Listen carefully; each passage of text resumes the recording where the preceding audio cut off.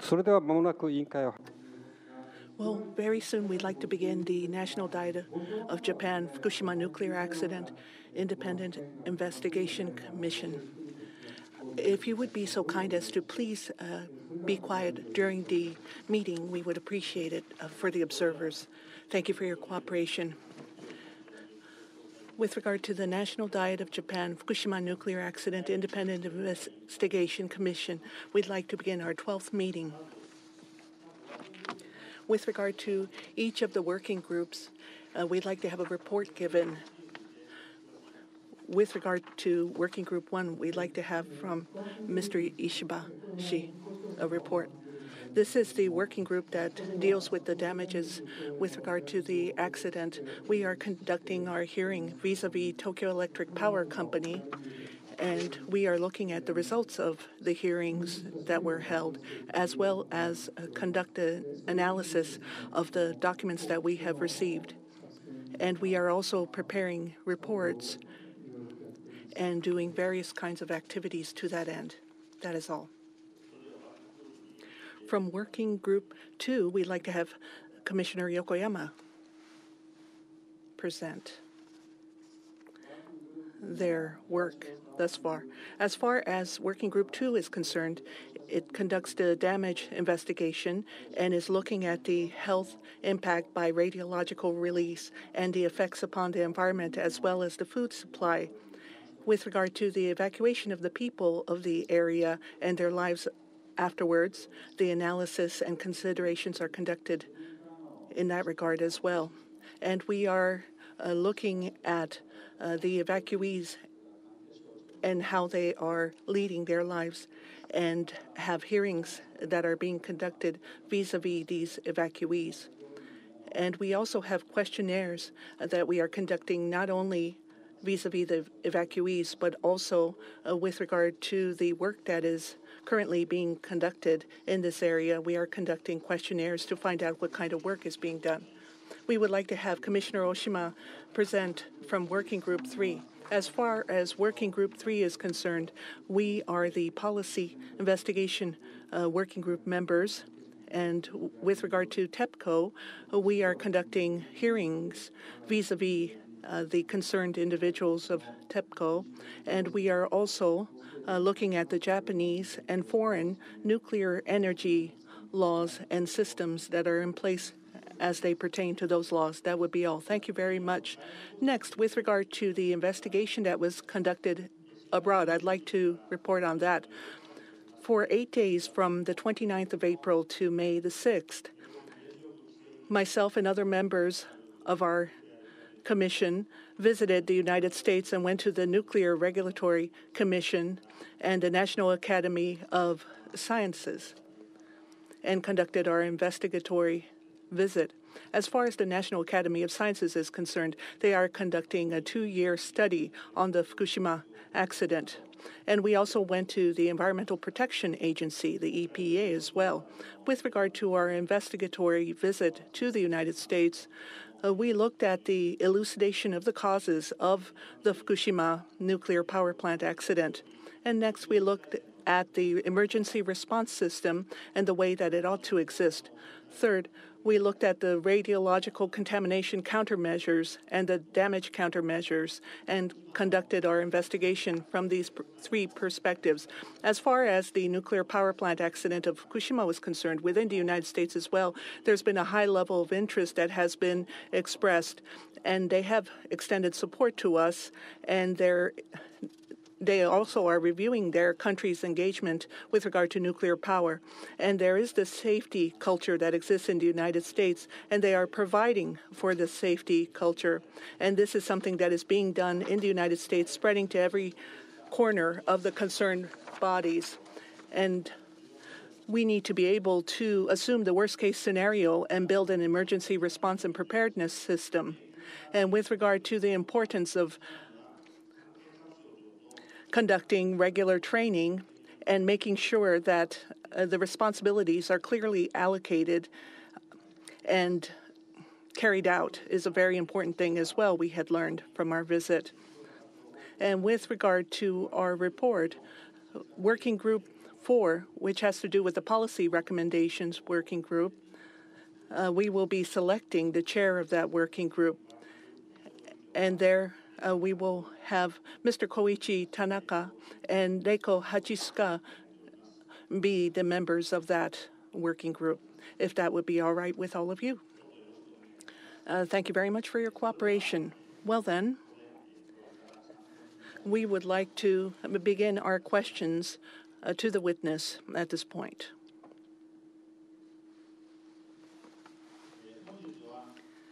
Today,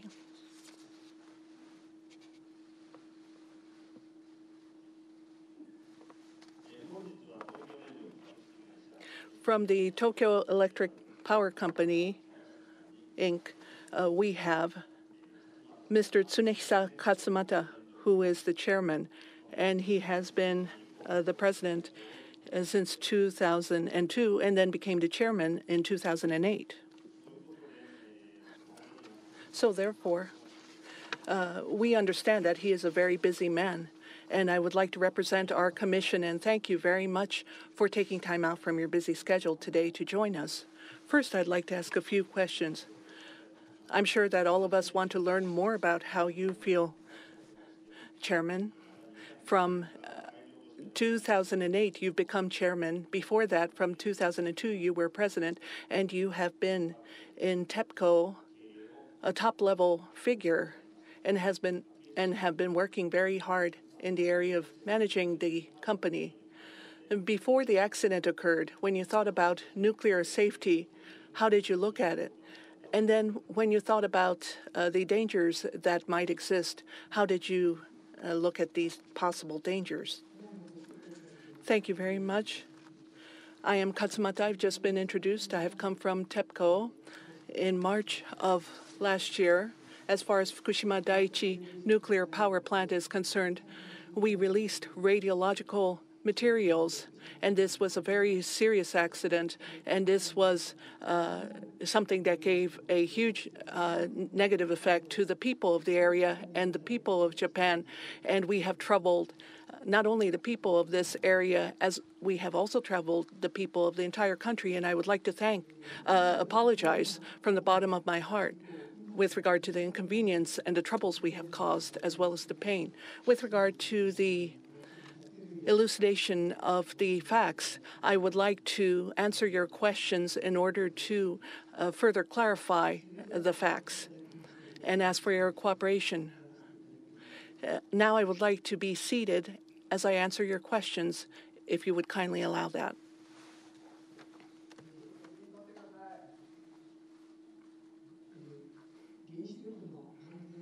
With regard to the safety of nuclear power, this is something naturally, when we think about the current situation that we have experienced, this was something that was possible.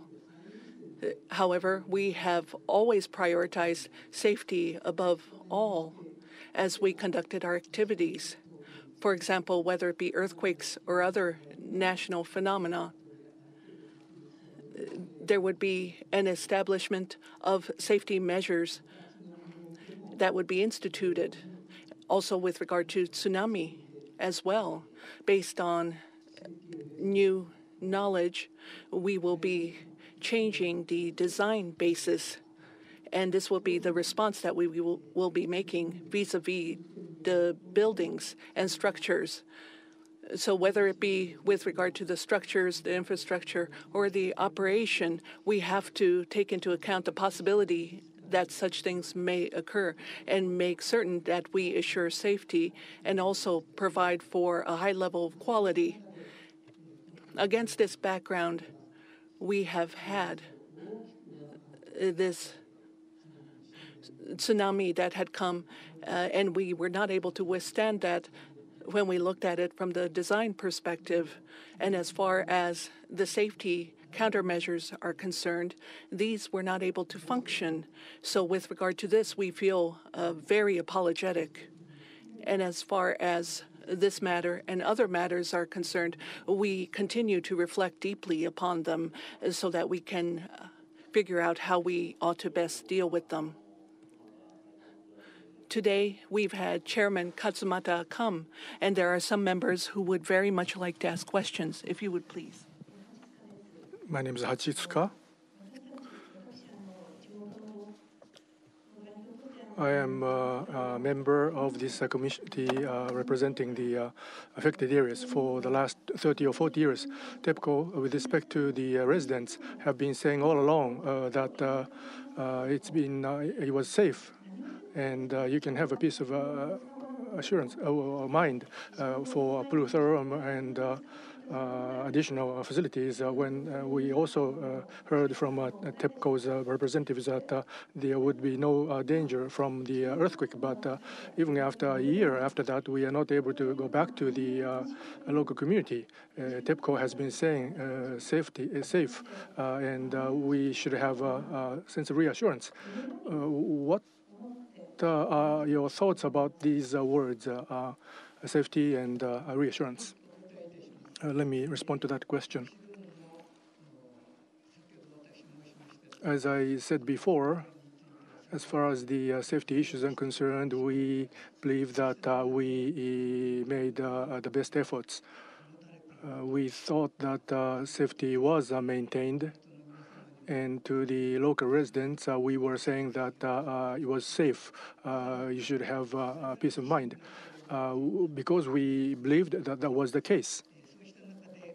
Against this background, this happened, and to the local residents, we feel very sorry, and we had caused a great deal of trouble to the people, and we feel very apologetic. May I? It's been more than a year. My name is Yokoyama, a member. It has been more than a year since then. As you look back on it, including what you've just said, do you believe you were just unlucky, or you were insufficient in putting in place safety measures? Which? Let me respond. With the scrum in the immediate aftermath of the earthquake, the reactor stopped. But with the tsunami, all the NAIIC and DC power sources were lost for multiple units, and for many hours, the cooling and containment, these functions did not function because of the damage, and that led to the damage and the release of the radioactive materials. As far as we are concerned, we are an operator that is primarily responsible for that, to avoid the nuclear accidents. We thought that we had taken a lot of countermeasures, but we were hit by the earthquake, and all these countermeasures did not really function. And as I look back on that, the maintenance of the minimum necessary functions, that concept, that thought is absolutely necessary. I feel keenly so, and I regret what happened. Now, member Hachitsuka said it was absolutely safe.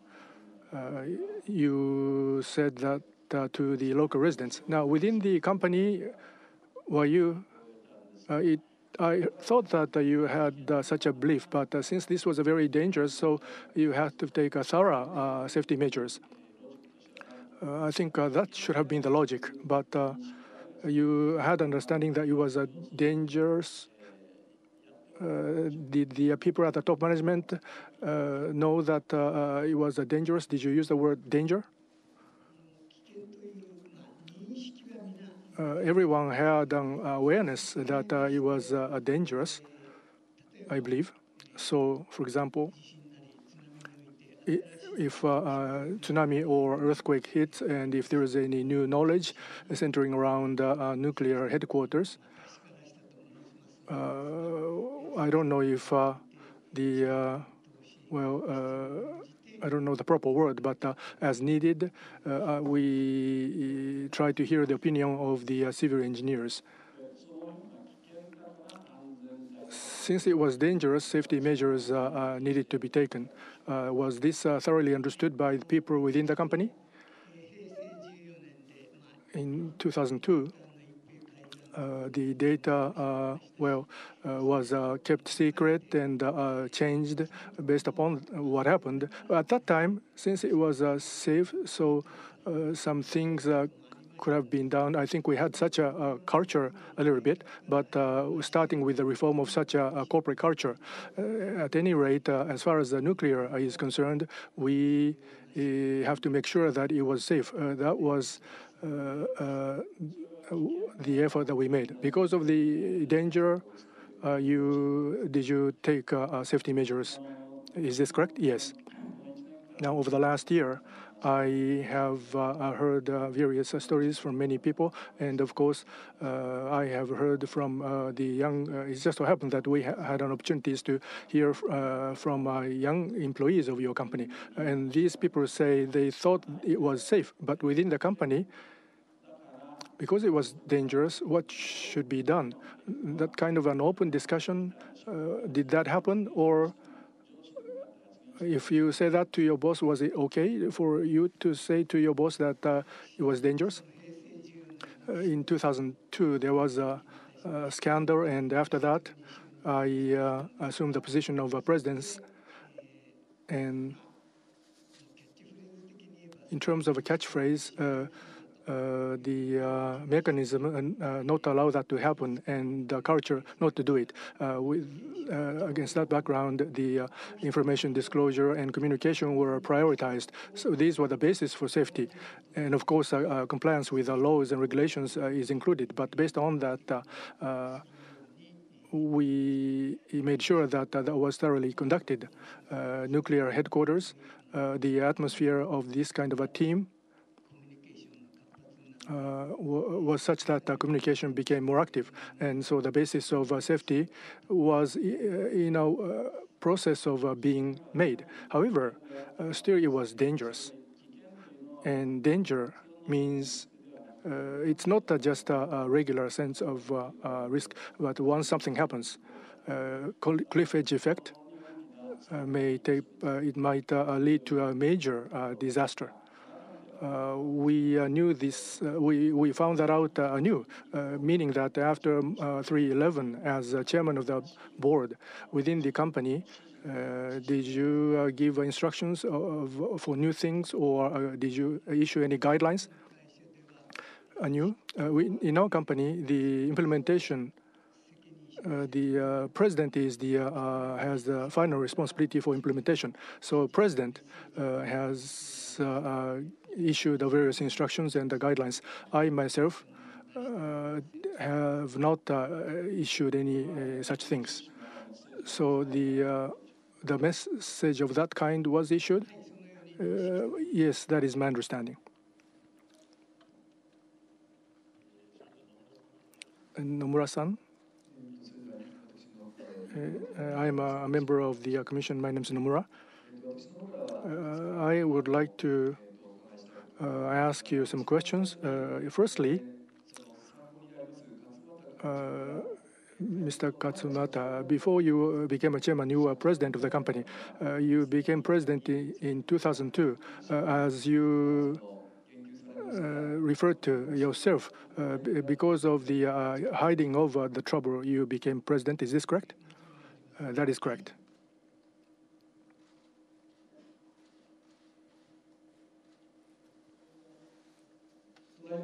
If that is the case, after hiding the troubles to the Japanese people, correct information needed to be provided.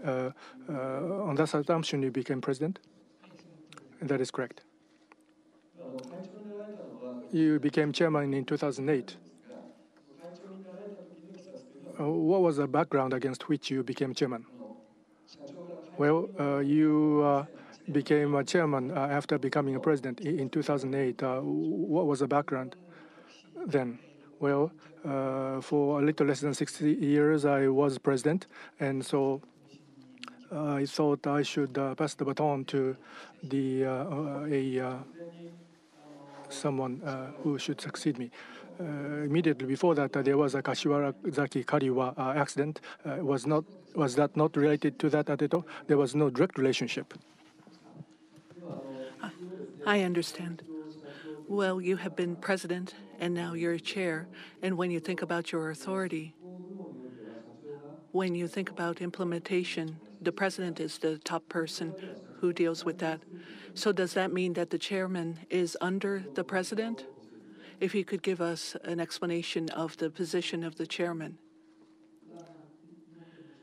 How shall I say this? I deal with the external affairs, even internal affairs, and there are management meetings. One has to do with regular management issues that are discussed, and the other one has to do with managing directors meeting.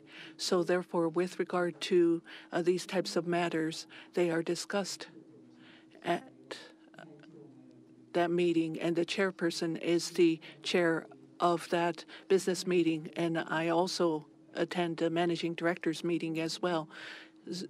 With regard to the person who is most responsible for implementation, it is the president. With regard to what you had said, would that be the management policy meeting? Then the chairman is the chair of that meeting. Who are the people that participate in this meeting then? It would be managing director and the chair who is in charge of auditing and also planning as well. So therefore, it's pretty much the same members as the managing directors meetings. What sort of roles do they fulfill? In the business meeting, there are items to be reported upon, and there are also decisions that are to be made. So therefore, with regard to the operations and policy meeting, there are discussions that are held and directions that are put forth, but there are not decisions that are made. So the managing directors meeting would be making a decision, and also settlements and other matters would be decided by the managing directors. At any rate, it's a high-level meeting, is it not? Yes. So therefore, the president and the chairman, we can think of the two as being side by side in position. Rather than saying side by side, of course, the chairman is higher level than the president. Well, with regard to the rules and regulations of the company, in reality, the chairperson is the top. Well, with regard to implementation, it's the president that handles this. With regard to policy decisions and the internal company matters that need to be instituted, is it the chairperson or the president that decides that? Of course, I receive some consultations with regard to personnel as well, but the deciding person is the president. I do understand the roles that the president and the chairman fulfill. This time, we've had this accident happen, and with regard to this accident happening, Chairman, you've been at the company from a certain point in time, and as a top management person, you've been there. With regard to this accident and bringing matters under control and making certain that the damages are not extensive, what sort of role did you fulfill specifically as a chairman? Well, there were TV meetings that were held, usually about twice. After the 11th, the Prime Minister's office as well, including NISA and others, participated in the headquarters meeting. And until about the 15th, the president was directing everything. In reality, I was there as well, of course, but I was looking at the surrounding situation, and if there was anything that I had noticed, then I would provide advice as much as possible.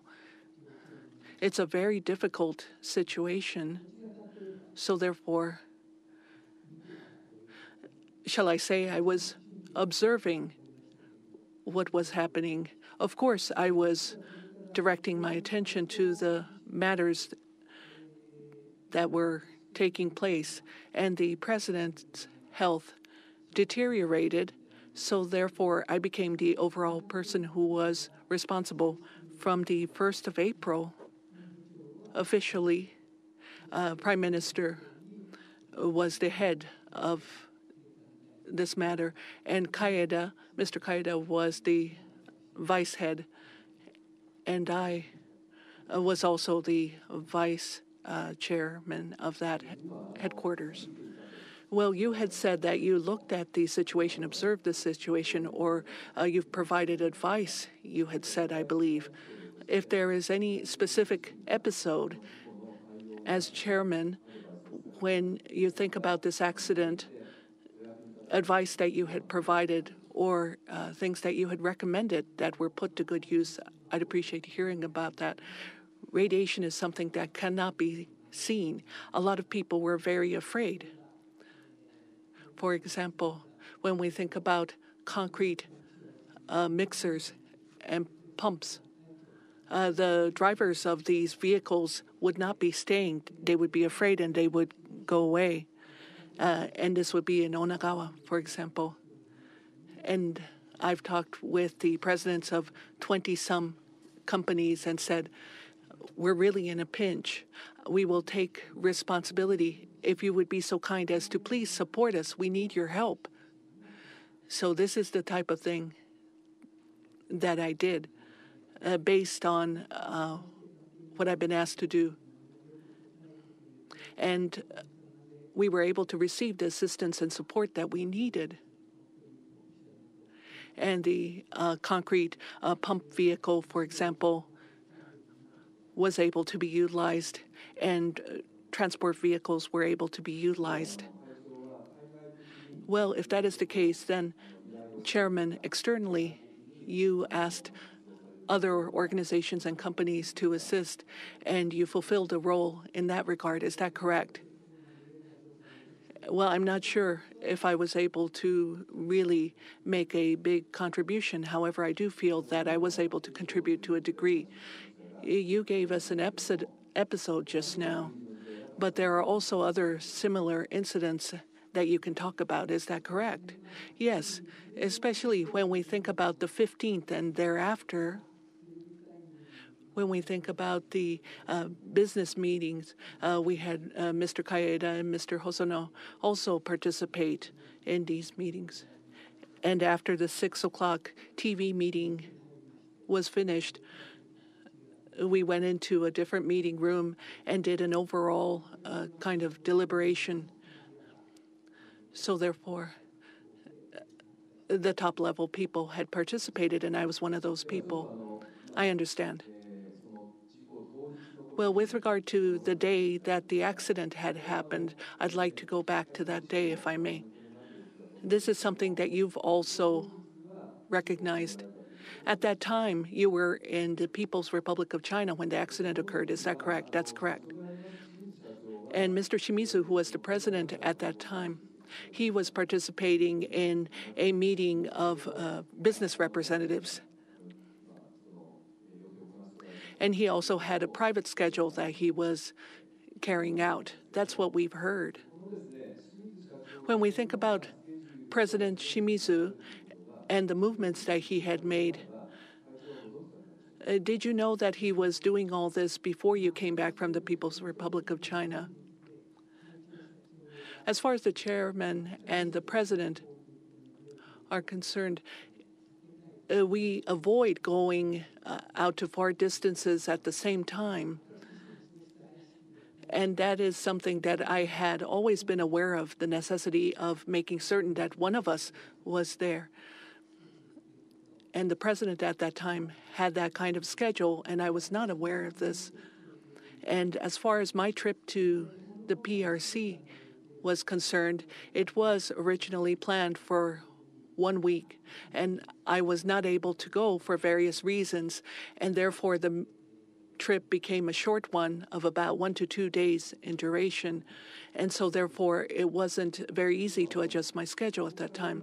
Well, until you came back, Mr. Shimizu, the president, was not there, and you weren't aware of that? Is that correct? No. I did hear that the earthquake had occurred. And with regard to the communication, it was not so very good. I tried to go back right away, but Narita and Haneda airports could not be used. So I took the earliest plane back that I could. And it was about once or twice an hour I was able to communicate by phone to Japan, and I was able to grasp the situation and knew that President Shimizu was also on assignment. But I did ask also the foreign ministry to deal with this situation as well. So when you went to China, you didn't know that, but after the accident, post-accident, you for the first time found out that Mr. Shimizu was also on a business trip, right? So the schedule of Mr. Shimizu on 9th, there was a meeting of business people, and the other participants went back on the 10th. And in addition, Mr. Shimizu had an additional plan, and you were not aware of this. Is this correct? Right. Had you known that before you went to China, was it possible that you had an opportunity to change your schedule? It was a possible. He had possibly change his schedule. Maybe I could have said that, but I don't know. Well, then I would like to ask you some questions about what happened after that. Well, as you alluded to before, when the accident took place, against what background did you receive the first report about the accident? I was accompanied by my secretary, and my secretary said there was a major earthquake. And 30 or 40 minutes after that, the plans came to a halt, he said. And an hour or 2 hours later, perhaps, all the power sources came to a halt. Such information came to me, meaning that when you were in China on the very day, more or less on a real-time basis, all the power sources were lost, and you had obtained the information. Is this correct? Yes, but the real situation, information about the real situation, I did not have detailed information about that. On the 11th and also on the 12th, at about 1:30 on the 12th, I had a phone call. I heard that they were making preparations for the event. I was told that by the head of the planning, and I told him to work enormously hard. So when you were in China, you heard about the event, yes. Now, other than that, with respect to the vehicles for power source, they had trouble arranging that. When it comes to those details, I did not have any information about the power source vehicles. Because of the situation of the roads, there were difficulties in travels, so they wanted to have the police leading them. Perhaps I think Komoji-san was there at the headquarters. I think they were in trouble. Did they consult with you about those, or through you they wanted to make an arrangement to someone else? No. Then about the event, what was your response? You said work hard. That's what you said, but is that the only thing that you said? Yes. Because I did not have a correct understanding of the situation, and the president and the head of the nuclear headquarters, I had to leave the matter to them. When an event takes place, first and foremost, what you have to think about is what? What do you have to think about first? In the case of an event,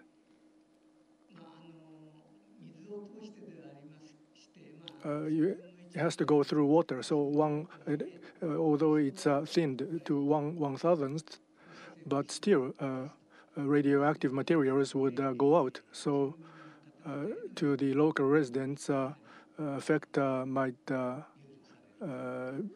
There was a concern. That was one of the concerns. Needless to say, that was a concern. But when you had a call, did you give any instructions about that? No, I did not. Then, about the infusion of seawater, that was at issue. Did you have any consultations about that? Regarding the seawater injection, I did not receive any consultations. However, I knew the situation through the TV meetings, and after I came back home, I believe that I had an understanding. When you came back, that was before the seawater injection. But the preparation for seawater injection, whether the seawater injection should be done or not, before you came back to Japan, it was discussed at the head office of TEPCO. Did you receive any phone call about that? I did not have any straightforward consultation about those matters, no. A moment ago, you said that when you came back to Japan, because Narita Airport was closed, you decided you had to abandon the idea of coming back to Japan on the very day. But in reality, at what time did you arrive at Narita Airport? On the 12th, at about 12 o'clock. However, from Narita to the head office, the road was no good, so I had to take trains, and at about 4 o'clock, I entered the head office. So it was about 4 when you returned to the head office. Yes, you said 12. On that day, Narita Airport was closed. The Narita Airport was closed until 11 p.m. on the 11th. So did you not think about coming back a little earlier? I was looking for a flight. There was no flight. Did you think of chartering a flight? No, I did not think of it. Basically, the president and others need to lead the situation. That's what I thought. Now, at that time, who was leading the situation at the head office? What was your awareness? Firstly, Mr. Muto, he was the head of the nuclear headquarters. He is the first ranking person only next to the president, according to the information I got later on. At the offsite center, he went to the offsite center. So after that, Mr. Komori, managing director, was leading the effort. Wasn't it Mr. Fujimoto? Mr. Fujimoto was the head of the headquarters for the overall accident. Maybe that happened once, but since this was a matter concerning the nuclear headquarters, that's why the nuclear headquarters person was leading the effort. If President Shimizu was there, the leadership was taken by Mr. President Shimizu. Yes. What about Mr. Tsutsumi, Vice President? Well, in a way, as far as the nuclear response headquarters were concerned, I don't know the details, but probably I don't know if he was one of those people who had to take a leadership. Maybe not. Mr. Tsutsumi was with the chairman? Right. Meaning that within the company, according to my information, No.1 or No.2, I asked you, well, there was ambiguity, which is higher than the other, president, chairman, and Mr. Tsutsumi is the first-ranking vice president. Isn't that correct? Yes. But the head of the headquarters is president, and then the second-ranking person in that respect is Mr. Muto, the head of the nuclear headquarters. before you went to China, if this kind of an event takes place, who do you think should take the reins? President. You knew that there was an absence of president. That was a very bad situation, didn't you think so? Yes, that was a very unfavorable situation, and including myself. This is a matter that the president and chairman have to regret over. Earlier on, you said after coming back to Japan externally, because of the relationship of the past, those people who would respond favorably, well, you said that there were people who supported you, but if you had not go to China, even in the absence of president, chairman would have perhaps taken the leadership. But if you had been here, do you think there were things that you could have done? Well, what should I say? Technical matters concerning nuclear difficult, and when it comes to the vent and the water, seawater injection, including those things, the overall decision maker is the director of the nuclear power station. That's the rule. So at the head office, headquarters, we were in a position to support the nuclear power station. So, of course, the goods, if there is any shortage of goods or people, if there is any such thing, needless to say, we would provide the support. Or, depending on the situation, we would give advices. But when it comes to the overall chain of command, the responsible person is the head of the station. I do understand, but it seems as if there was a lot of confusion at the head office. The power source vehicle issue was a confusing issue. And with regard to seawater injection, it took a lot of time before this was actually conducted. And with regard to the vent-related activities, technically speaking, it was very difficult. However, it took a lot of time. The period when you were not there, Chairman, was a very important period of time. Even if you were there, would you not have been of any use? Whether I would have been of any use or not is a difficult question. Of course, there might be something that I might notice, and vis-a-vis the head office, I would provide guidance, and that was my intention. However, as far as the nuclear power plant was concerned, as well as the head office was concerned, there was a lot of confusion that was rampant, especially in the nuclear power plant. So therefore, to what extent would I have been able to make a contribution? That's a very difficult thing to judge at this point in time. Well, if you were there, hypothetically, perhaps there was something that you could have done if you were there. Is there anything that you feel you could have done had you been there? With regard to the transportation of the necessary materials, there have been road-related, transport-related issues. So whether things could have been done in the manner that I would have liked to have seen them been done, that is a difficult question.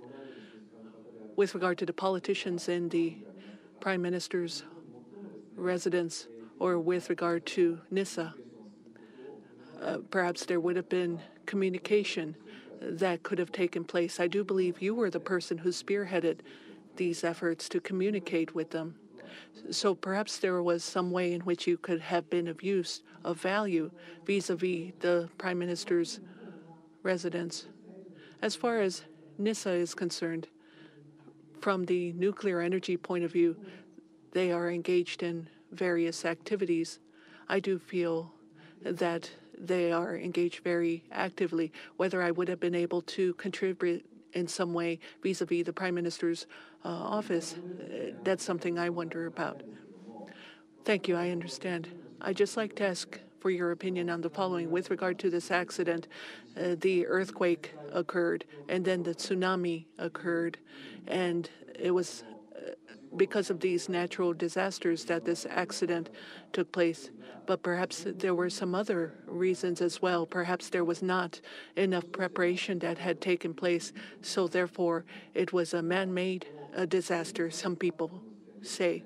Now that it's been over a year and 2 months, from your point of view, when you think about natural disaster and man-made disaster, what percentages would you give to each of these when you think of this accident?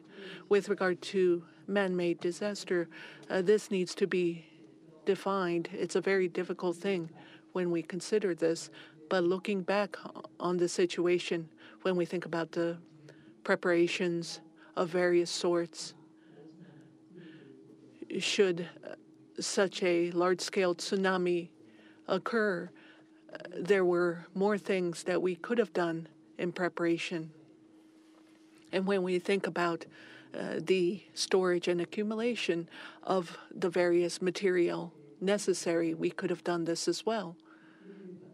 As far as this matter is concerned, all of a sudden the power source was lost, and the water injection function was lost, and therefore there needs to be diversity assured and multifunctionality assured. And we need to think about the possibilities as to what could be done in preparation for such an accident occurring. But looking back on this situation, of course, we can say that we ought to have had all those preparations. And whether or not we could have prepared all this before March 11th, that's something it would be difficult to judge at this point. With regard to the post-accident response, there's already been various points pointed out in the report of our NAIIC. Perhaps there were several things that could have been done there on site. And when we think about the man-made mistakes, and there were quite a few of those, were there not? Including that as well, we are looking at the soft aspects as well and coming up with our conclusions. When we look at the nuclear power plant situation, it was something that was unimaginable, and that's what we had heard. For example, because of the tsunami, there's been a lot of wreckage and debris, and activities needed to be conducted in the dark, and the temperatures rose very quickly. And to engage in the restoration activities, there's been aftershocks, and the tsunami was very large scale, so the activities might be conducted, but the warning sirens would go off, and the shock-absorbing buildings, we would have to return to those. And there was the explosion, and the cables were no longer usable. So whether they be the workers, including the employees of our company, it was a very severe environment that they had to work in. It seems that they have really tried their best under the circumstances. Well, what you had just explained, that's an evaluation of what had been conducted. What was done utilizing utmost effort. I do understand all that. But with regard to the actual way in which matters could have been dealt with, if this could have been done in a better way, perhaps the situation would not have been as dire. Honestly speaking, I'm not really sure about that. When we think about the head of the nuclear power plant, sometimes it wasn't possible to communicate with him. There was a lot of confusion. and there were only 2 telephone lines for the purposes of communications. And so therefore, the situation that everyone found themselves in was a very severe, difficult situation. So therefore, rather than how we look back and evaluate whether we were able to do as much as possible under the circumstances, that's not what I'm asking about. With regard to the NAIC, with regard to the IC, there's a report reference to that. And as far as the reality of that is concerned, for example, the plug did not match the outlet for the power supply vehicle. There's been other matters as well where there could have been better preparation and improvements made in how to deal with the issue. With regard to the IC matter, even if it would have not been that way, to what extent would we have been able to better deal with that? As far as the containment vessel was concerned, and we think about the opening and the closing of the valve and how this needs to be further looked into, we're not able to answer that question until we do these activities. I'm not asking about where the responsibility lies. I'm talking about how perhaps there had not been appropriate ways in dealing with this accident. Well, rather than saying that, it was the environment that everyone found themselves in and the conditions that they faced, and they were doing their utmost with regard to those matters that you had raised yourself, sir. I do feel that we can further elucidate the situation when we discover the facts. With regard to the man-made mistakes, perhaps the regulating authorities and the Prime Minister's office made some mistakes as well. This has been said time and again. Do you have any opinions regarding that? Well, it is difficult to say, but Prime Minister Kan went to the power station and was there for a little more than an hour. And during this course of time, Mr. Moto, Vice President, and Mr. Yoshida were with him. In the case of Mr. Yoshida, doing his best for recovery from the accident, that was his priority. And after that, what should I say, through the phone, a lot of inquiries were made directly from Prime Minister Kan or advisor Mr. Hosono. Honestly speaking, these were not very favorable things to do. As far as the future is concerned, including the communications with the Prime Minister's office, what should we do? Well, the offsite center that time around was not of use. So, including that, there was we had problems with respect to information exchange. So, including our side too, I think there was a problem. Now, according to what you've just told us, Prime Minister Kan had mistrust with the head office of the TEPCO. Well, of course, we don't know until we ask him. But you actually had a cell phone number of Mr. Yoshida, and but your evaluation is that it was not it was unfavorable. Why? Well, in a way, in a confusion, the chief commander needed to make instructions, but if in order to ask respond questions, if the time had to be spent for that, then it was unfavorable. Well, Prime Minister Kan called me several times. When he called me,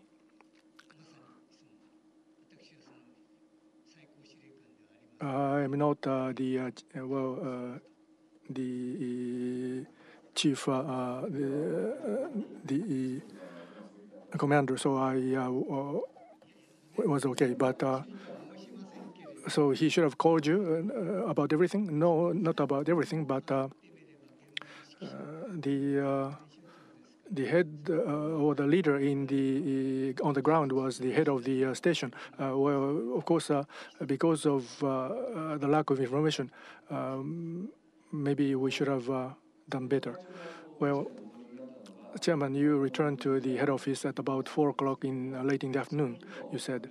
Now, the next day, the 12th, by noon 12th, Mr. Yoshida was making a preparation for seawater injection, and there were exchanges with the Prime Minister's office, and about 3:30 p.m., there was a report to the Prime Minister's office that the preparation had been made according to the Government Investigation Committee. Against this background, after 30 minutes late after that, you returned to the head office. When you returned to the head office, what was the sort of explanation did you receive from about the seawater injection? I didn't receive any detailed report about it, but through TV meetings, I heard that there was going to be seawater injection. That in itself, well, through explosion and rather than so it was inevitable because it would have been better than the radioactive materials going out through explosion. Well, according to our interviews, this was a very important decision to make. So we hear that approval was made by the president, but didn't anyone contact you? I didn't receive any contact directly, but in a way, on TV meetings, I knew I had the information. Of course, that was a matter to be decided by the president. That was my judgment. Meaning that you came back and you came to your desk and you watched TV and you understood that the decision had already been made. Yes. And at that time, what did you fear? Did you no? I didn't fear anything because if there was a seawater injection, then depending on the situation, we had to decommission the reactor. And with the injection of seawater, there would have been a variety of problems that might arise. I knew that, but the situation was so imminent that had to be done. That was my understanding. Now, based on what you've told us so far, you returned to the head office. Well, after arriving at Narita, you were on the route until 4, but your arrival had been communicated to the head office, right? In other words, the fact that you were back in Japan was the knowledge at the head office. I believe so. Now, after that, there was no telephone contact with you? No. No, when you were on your way to the head office, there was no phone call, but when you were in China, you had a lot of phone calls, yes. So from 12 to 4, when you were on the way, you didn't hear anything about what was going on at the head office after coming back to Japan. Right, I had to come back to Japan as quickly as I had to go back to the head office as quickly as I could. What sort of train I should take? So I asked someone to send that car over to Tokyo Station, and I took the car. And in the car, I was briefed. Well, I think I heard news that there was some sort of an explosion or something, meaning that you arrived in Narita, you came back to Japan, but you didn't call a head office. Well, I contacted the head office to tell them that I was back. So, but the decision was being made about seawater injection, but no, well, it was not touched upon. No. Again, when you came back to Japan, seawater injection actually took place at 7:04 p.m. After 7:04, the Prime Minister's office about the seawater, there was were concerned about the criticality. So there was an instruction to suspend it. Now that you are back in Japan, you are aware of that, correct? On a TV meeting, Mr. Yoshida was, I believe, saying what to do.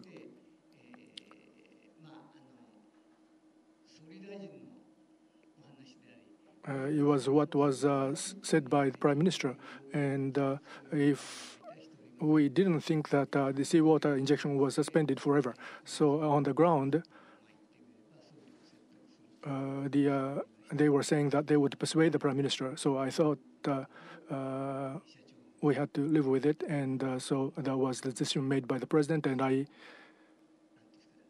what should I say? Well, I tacitly agreed with him, accepted that, meaning that you thought that seawater injection was okay for that to be suspended. If it was suspended for a long time, then that would have been a problem. But they were saying they would persuade the prime minister, so I thought it was inevitable. Well, if you look back on it, they were able to persuade him rather quickly. But from what you have told us, the prime minister was directly calling the ground. So in this respect, that was the time when you had to act. Well, he was the prime minister of Japan, and he was the head of the response headquarters, and that person was giving such an instruction. So, well, in that situation, it would have been very difficult for me to say that that had to be continued, I believe. Well, earlier on, when I asked you about your responsibility, the decision should have been made by the site, the ground, Mr. Yoshida, the head of the station. But something that was contrary to that was instructed by the Prime Minister office. At the head office, shouldn't you have said that that should have decided by the site? I agree. It is exactly as you say. However, well, it was instruction made by the Prime Minister. If you think about it, then the fact of the matter was that we couldn't have done it. Well, in the interest of time, I would like to ask you some questions about evacuation. Well, a hot topic is from TEPCO, all people, you wanted everyone to evacuate. Well, information went to the Prime Minister office, and the Prime Minister office said that was not good, and they gave guidance to the head office. Is this correct? It is not true at all. Of course, I had heard about this as well, but if I'm to explain, it was the 15th, actually the evening of the 14th. Komori, who was at the offsite center, had said that Unit 2 is becoming stable, but there are about 700 or so people there at the nuclear power plant. So with regard to those people who are not engaged in the restoration efforts, perhaps they can be evacuated. And the president talked to the head of NISA as well as the minister of METI and said we would like to consider sending home the personnel that are not directly involved in the restoration efforts. That's what I had heard. And on the morning of the 15th, 4:30 a.m., the Prime Minister called the President, and the President went. And the Prime Minister first said to the President that TEPCO and the Prime Minister's office have had their separate headquarters, but we need to share information with one another and quickly understand the situation.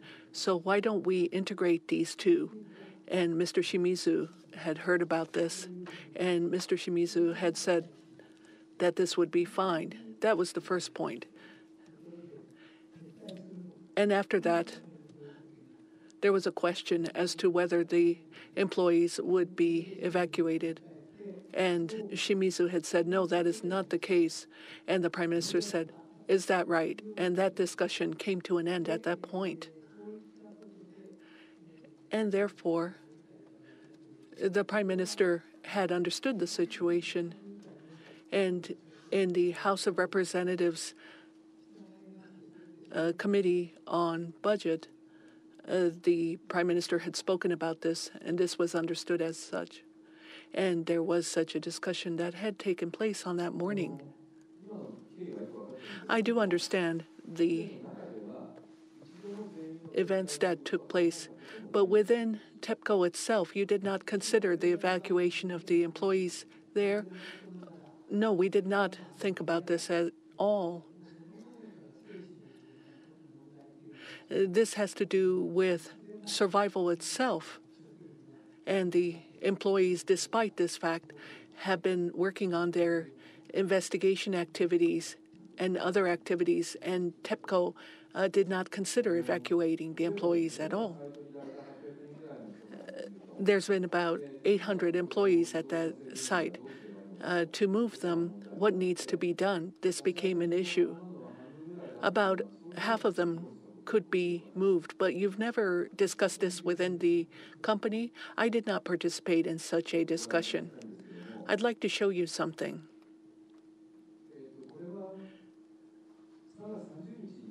On the 30th of March,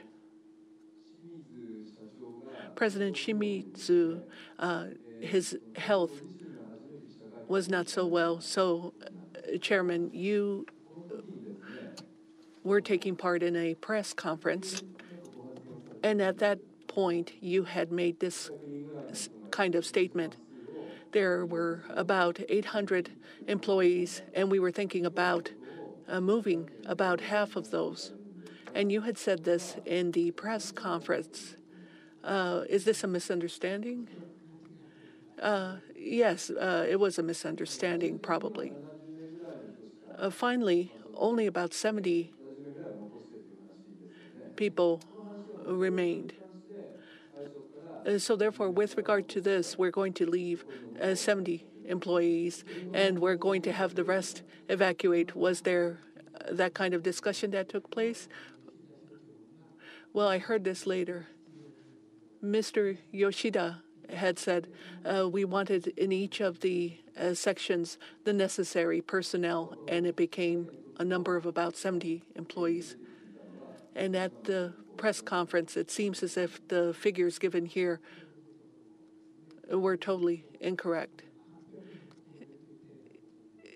Yes, I did say then that it was over 800 employees, but that needs to be corrected as well. I understand. Well, we had heard about the response vis-a-vis the accident, and now we'd like to talk about the preparations that took place beforehand. There was a meeting that was referred to earlier with regard to the various considerations that were made vis-a-vis the preparations with regard to the management policy meeting. Were there instances where you talked about nuclear energy? Yes, indeed, there were. With regard to reprocessing at Jikocho or with regard to enrichment-related activities, and with regard to the obtaining of uranium. These types of matters were agenda items that were taken up. With regard to the earthquake-resistant backcheck or pluthermal, did you discuss these? Pluthermal we had discussed, but with regard to the backcheck, I'm not sure whether that was discussed as an agenda item at the meeting. Well, we'd like to have you recollect this, so we'd like to look at the minutes of the meeting, if you would be so kind as to refer to these minutes as you answer our questions, please.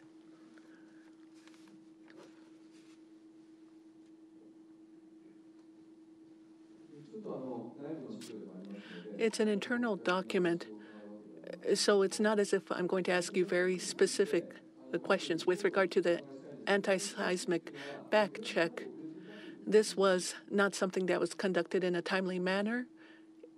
It wasn't according to plan in terms of the timing. There was the Chuetsu coast earthquake that took place. Kashiwazaki was safe, but there were some damages that took place. So this kind of perspective needed to be taken into account. That's one of the reasons. And another point, when we think about the nuclear power plants across the country and we think about the backcheck activities, there needed to be investigations conducted and analyses conducted and construction as necessary take place. Why does it take so much time? I had asked. Those persons engaged in analysis were not so many in number. Whatever the reason may be, this would have been done in about 3.5 years, a little over 3 years, and the plan would have been put together, it says in the report, and it would be January of 2016. So therefore, this is far ahead in the future. So with regard to the change of plans, did you announce these change in plans? As far as this is concerned, the construction schedule was not something that could be made clear. Analyses needed to take place. And with regard to the estimation vis-a-vis 10 plants, considerations needed to be made. I don't think it was 2016, but rather 2015. But at any rate, I did mention that it was rather far out. Whether it be 2015 or 2016, did you disclose this matter to the residents living in the area? I do believe that we did say we were not able to put together a schedule as yet. If you will look at the minutes there in the meeting, you say that there has been a determination made that this will not be disclosed to the residents of the region. As you had just said, as far as management decisions are concerned, even if the anti-seismic backcheck was delayed, this would not be disclosed. Is that correct? As a management decision, I do not have a recollection, but in that policy meeting, that direction was something that was decided. It is true. But whether it was to that specificity or not, I am not able to make a judgment. Still, you're not sure even if you look at the minutes there, no. So you do not have any recollection of that, right? More or less, we were unable to put together a schedule. I think that's the kind of explanation I received. I see. Now about Blue Thermal. In that meeting, a decision was made, you said a moment ago. In that meeting, it was one of the agenda items. It was certainly one of the agenda items rather than a decision. About Blue Thermal, at Fukushima Daiichi nuclear power plant, the Unit 3 was a Blue Thermal, right? So Blue Thermal, what are some of the differences from other units, briefly? Basically, what should I say, 1/3, because it's 1/3, so I don't think there's a big difference. That is my understanding. Could you explain the differences with respect to the fuel that is used? It's called a MOX fuel. In a way, in place of regular uranium fuel, 1/3 of the entire is the MOX fuel, and what was planning for OMA is full MOX, in a way, what we call a MOX fuel, that is to be used. Now, using a MOX fuel in a nuclear power station. Now, the nuclear power scale, what is the relationship with the nuclear power, cycle? Basically, the Monju, including Monju. Now, you do reprocessing in a high speed, and that would lead to the fast breeder reactor. That was the basic policy, but the progress was not very sufficient. So based on that point, the MOX fuel was used. So plutonium, storage internationally, it was a major challenge, and so that was the path that we chose. using plutonium for fuel. As the plutonium was a fuel to be used, yes. So if there was an accident and if radioactivity leaks to outside, well, if that happens, what would be the difference with respect to the effects on the residents, local residents? So it was in 1-3. Basically, was there any difference? I do not have understanding. So as for the future challenges, what was the situation like? We have to perhaps investigate that. But as of now, was there any effect because of that? I'm not aware of that. Now, I'm not asking you a question about the specific effect on through this accident. If you use plutonium fuel, there should be a major difference from in terms of the effect on the local residents. It depends on the volume, but yes. But if there is a major release, what would be different? Well, honestly speaking, specifically, the half-life is very different. That is certainly true.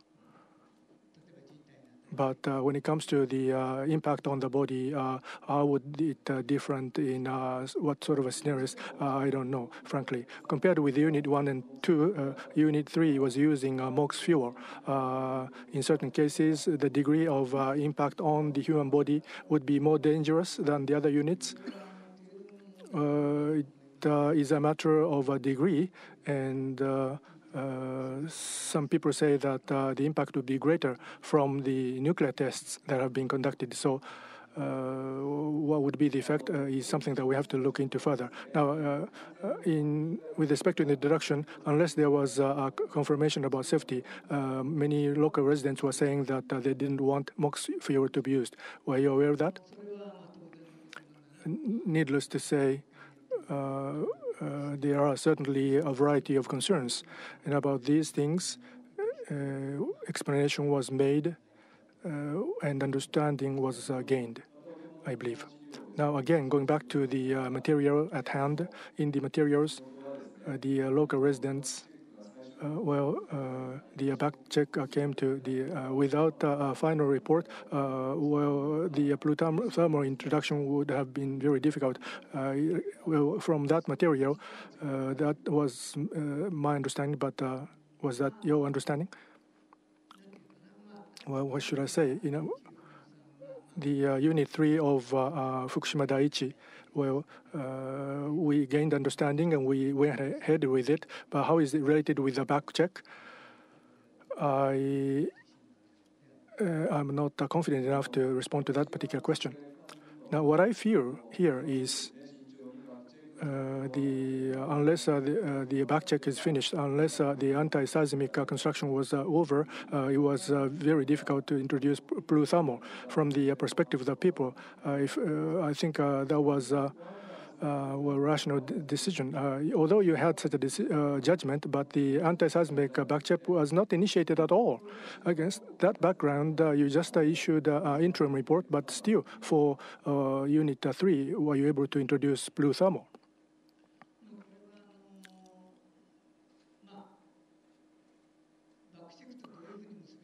How is it related with the back check? I don't have a full understanding of that, but with respect to blue thermal, that has been discussed for many, many years, and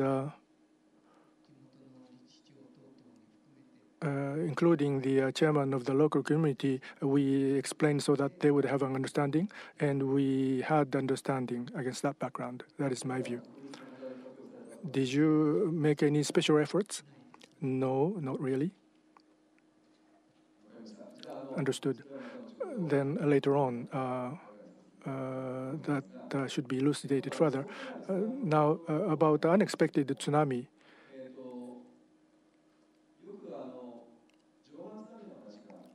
Jogan tsunami is often mentioned.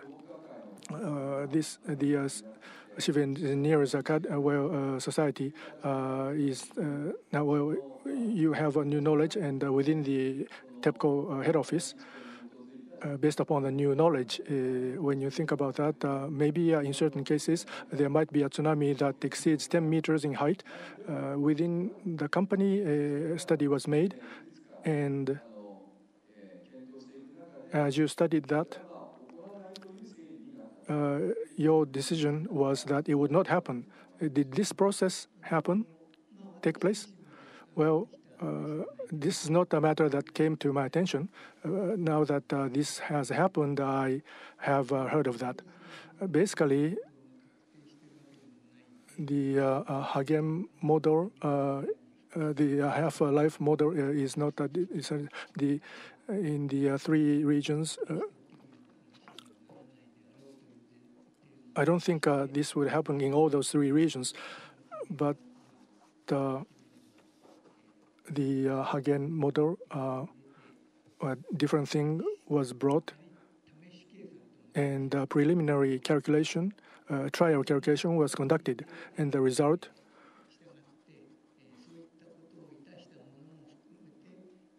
including the fact that that was done,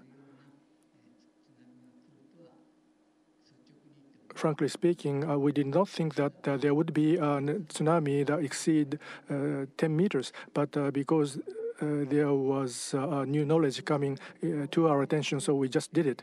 But based on the result of our exercise, the earthquake headquarters had its own findings. And about this point, we asked the Civil Engineers Society to confirm the Hagen model. And on this point, as you just said, at that time, this matter did not come to your attention. No. Within TEPCO, about these matters, risk-related information, when there is a new knowledge about that, and of course that would impact the management of the company if, based upon the new knowledge, to the existing reactors, some sort of a measure.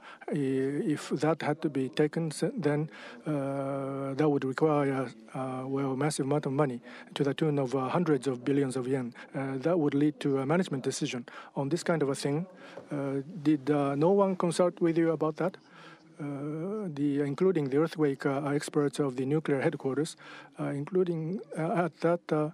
If that was likely to happen, then in the management, maybe this was brought to the management policy meeting, perhaps. But at that time, a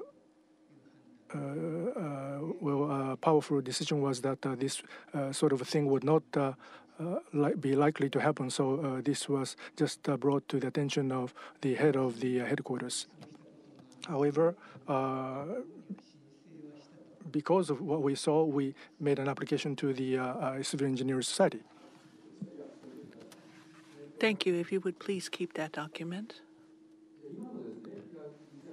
Well, when we think about 2008, or looking back to 2006, in Sumatra, off the coast of Sumatra, there was a huge tsunami that had taken place. And as far as NISA is concerned, depending upon the situation, there would be a total loss of electric power. That sort of knowledge had been transferred to your subordinates. Are you aware of that? No, I'm not aware of that. It's right where you put your pen. If you could kindly refer to that portion in front of you. I do apologize. It's this paper here. When we think about NISA vis-a-vis TEPCO, at the point of time of 2006, there was, off the coast of Sumatra, a huge tsunami that had occurred, including flooding that had taken place. Based on those experiences, there needs to be a simulation taking place to prepare for such phenomenon occurring, and this needs to be relayed to the top level of the management. NISA, as an organization, had made those considerations in 2006. This is a very important topic, I do believe. So would this not be relayed to the top level management? This isn't something that needs to be decided at a lower level but needs to be relayed. So it was not relayed? As far as this is concerned, this is something that I heard about later on. As far as NISA and the recommendations that they made are concerned, let's say that there's a tsunami that occurs that is unimaginable in its scope, then such preparation would be valuable. But whether such a tsunami would come or not is not the subject of the matter here. When we think about 3 meters, we raised it to 6 meters, and we felt that that would be adequate in terms of the preparations. And with regard to the seawater pump and the precision-related qualities, as long as they are assured and secured, that would be adequate. I do understand what you're saying. It's not that NISA had said that a huge tsunami would come, but NISA had said that there is a possibility that all electric power would be lost should a tsunami occur. So there is that causal effect, and this was something that was relayed to TEPCO. Earlier, Chairman, you had said that you never assumed that there would be total loss of electric power. But if this information had reached you, should such a tsunami occur, then would you have understood that such a possibility could arise? Well, as far as that is concerned, that's a very difficult matter. Of course, at this stage, I can say that naturally that is the case.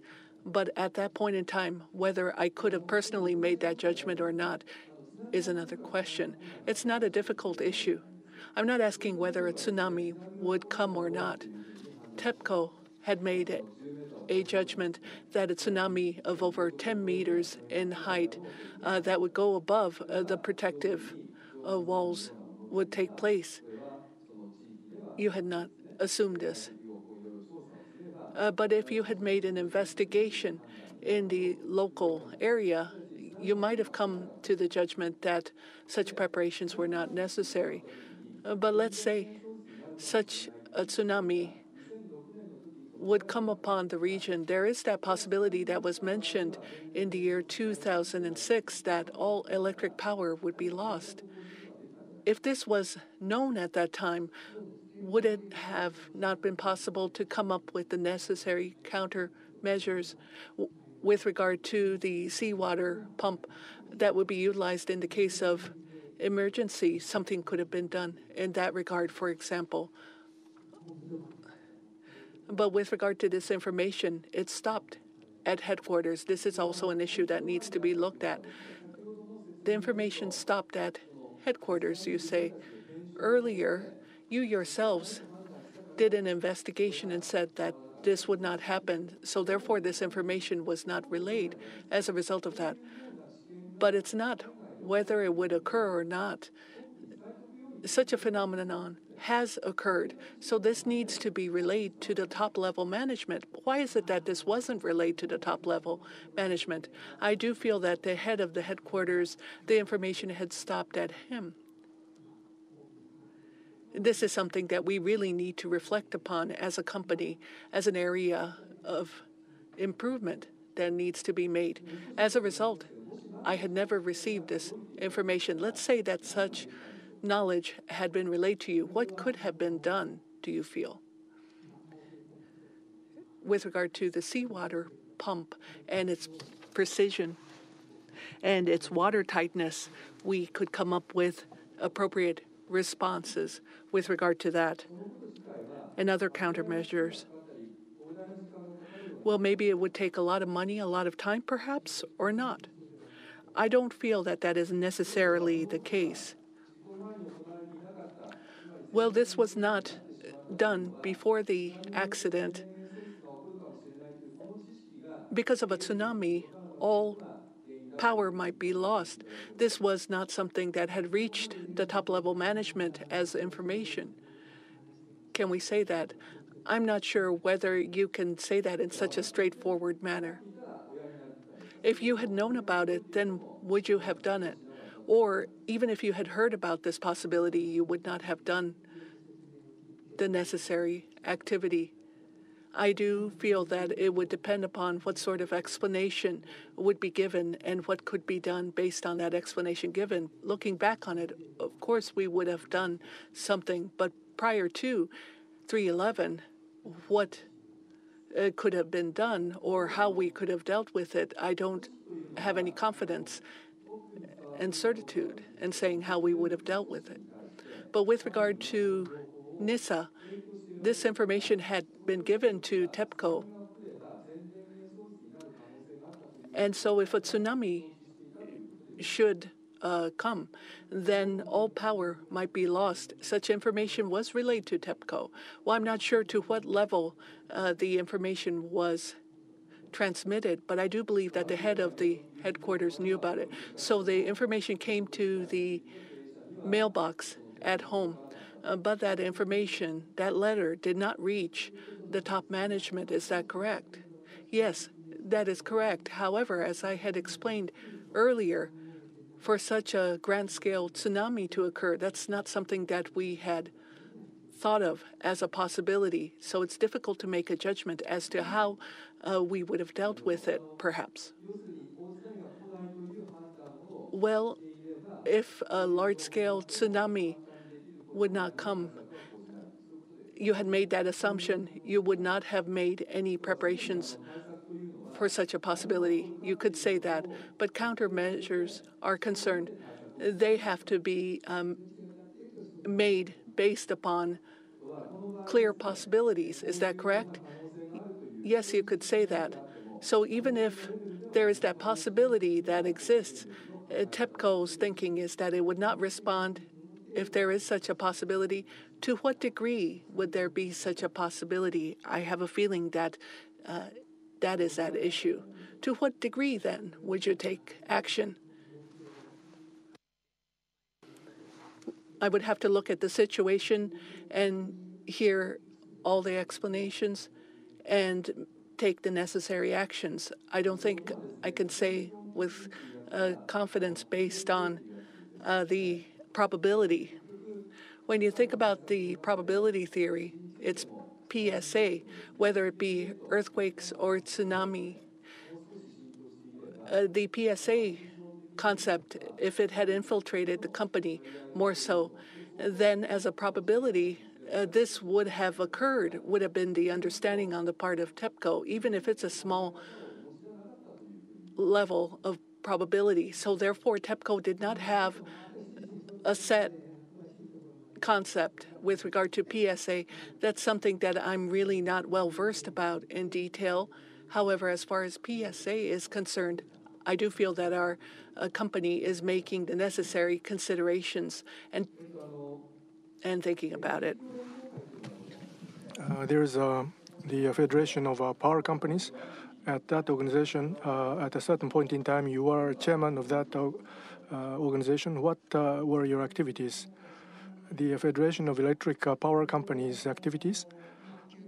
Well, there are 9 electric power companies, and this is an industrial body of the power companies. In the case of 9 power companies, there are common challenges for us, and so for those challenges, depending on the situation, response would be made or information would be exchanged. I believe these were the things that had been done.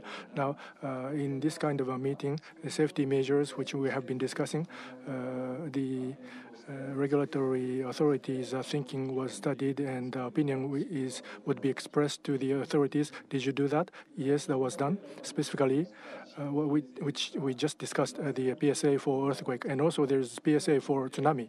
On these matters, when you were chairman, did you study them? Do you have any recollection?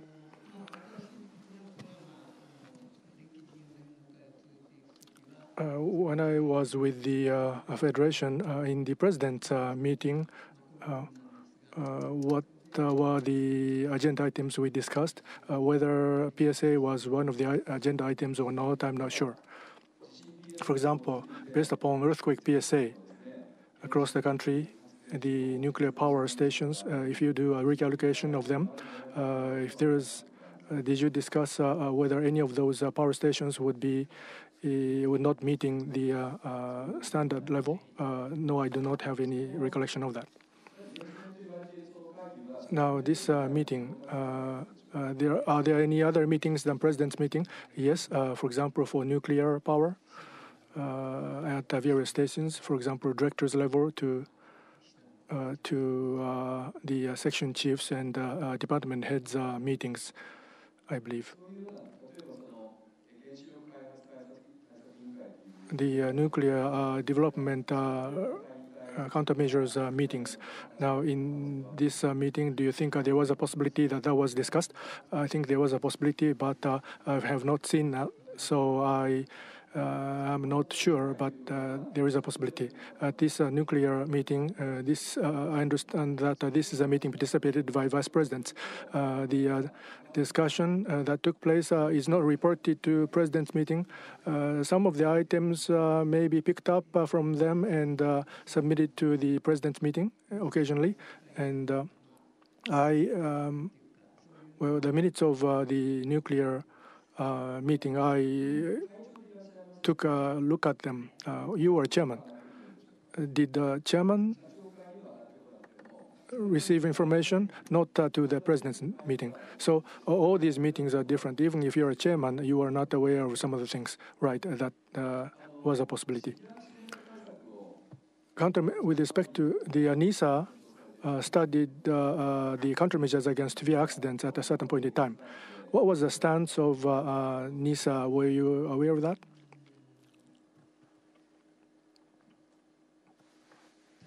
For example, specifically, translating them into legal rules, was that a topic? Do you remember that? Well, earlier on, in connection with Mr. Hirose, I think that was touched upon, but on that particular topic, I do not have any memory. At the Federation, do you remember if that was discussed?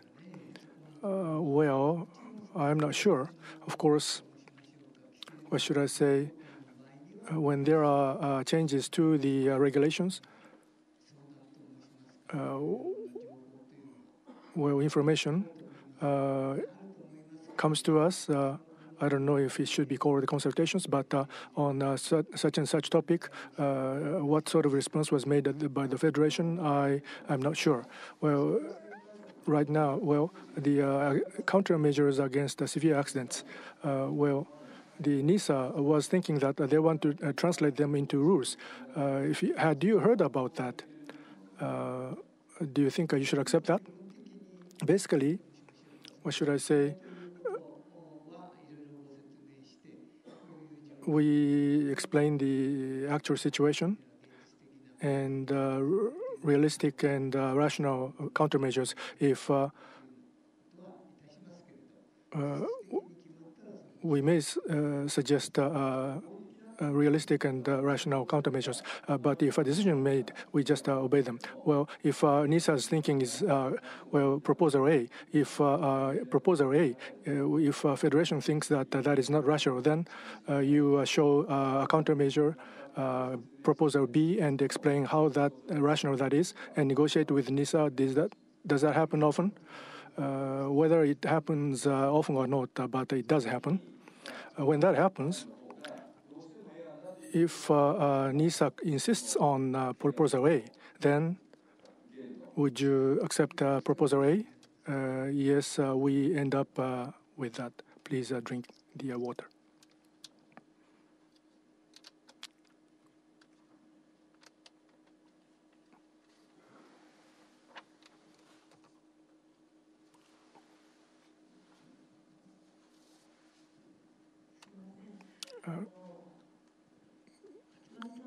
Now, Mr. Katsumata, you are chairman of what company? You are chairman of the TEPCO, right?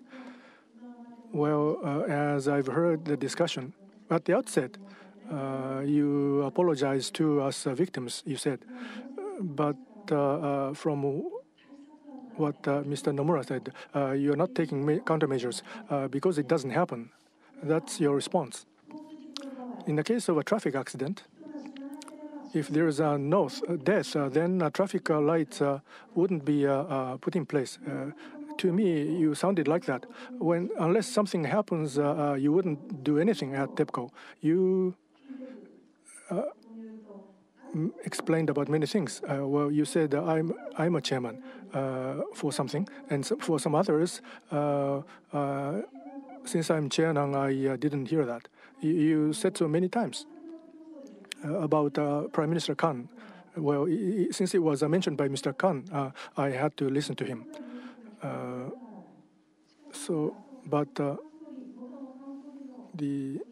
When Prime Minister Khan, if there was an explosion,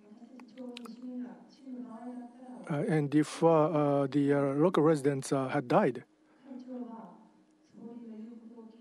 even if that happened, you would just obey what Prime Minister would have told you. Well, about over many things, it sounds like you were not responsible. I was there, just there. I didn't hear anything, so I'm not related. I'm not responsible. That's the way you sounded to me. So I was wondering, Mr. Katsumata, whose company's chairman you were. So I shouldn't mention here, but when it comes to the compensation to us, well, over those things, maybe it's not relevant to me. What was apology at the beginning?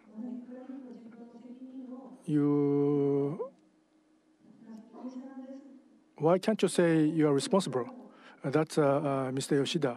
That's Mr. Shimizu.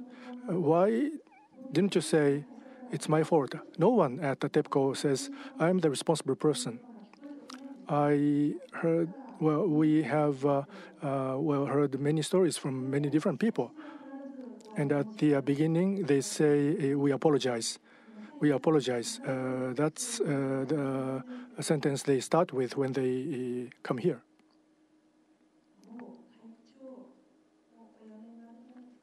Because you are going to quit as chairman, or are you going to continue as chairman? This position of continue, you are going to continue with that, or are you going to quit? In the next shareholders meeting, I'm going to retire, right? Well, until you retire as chairman, I hope you will make responsible statements. That was, well, severe, very valuable comments I have just received.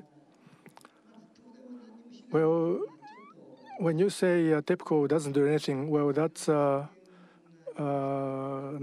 correct. When findings are made, what are they? Study has been done very broadly.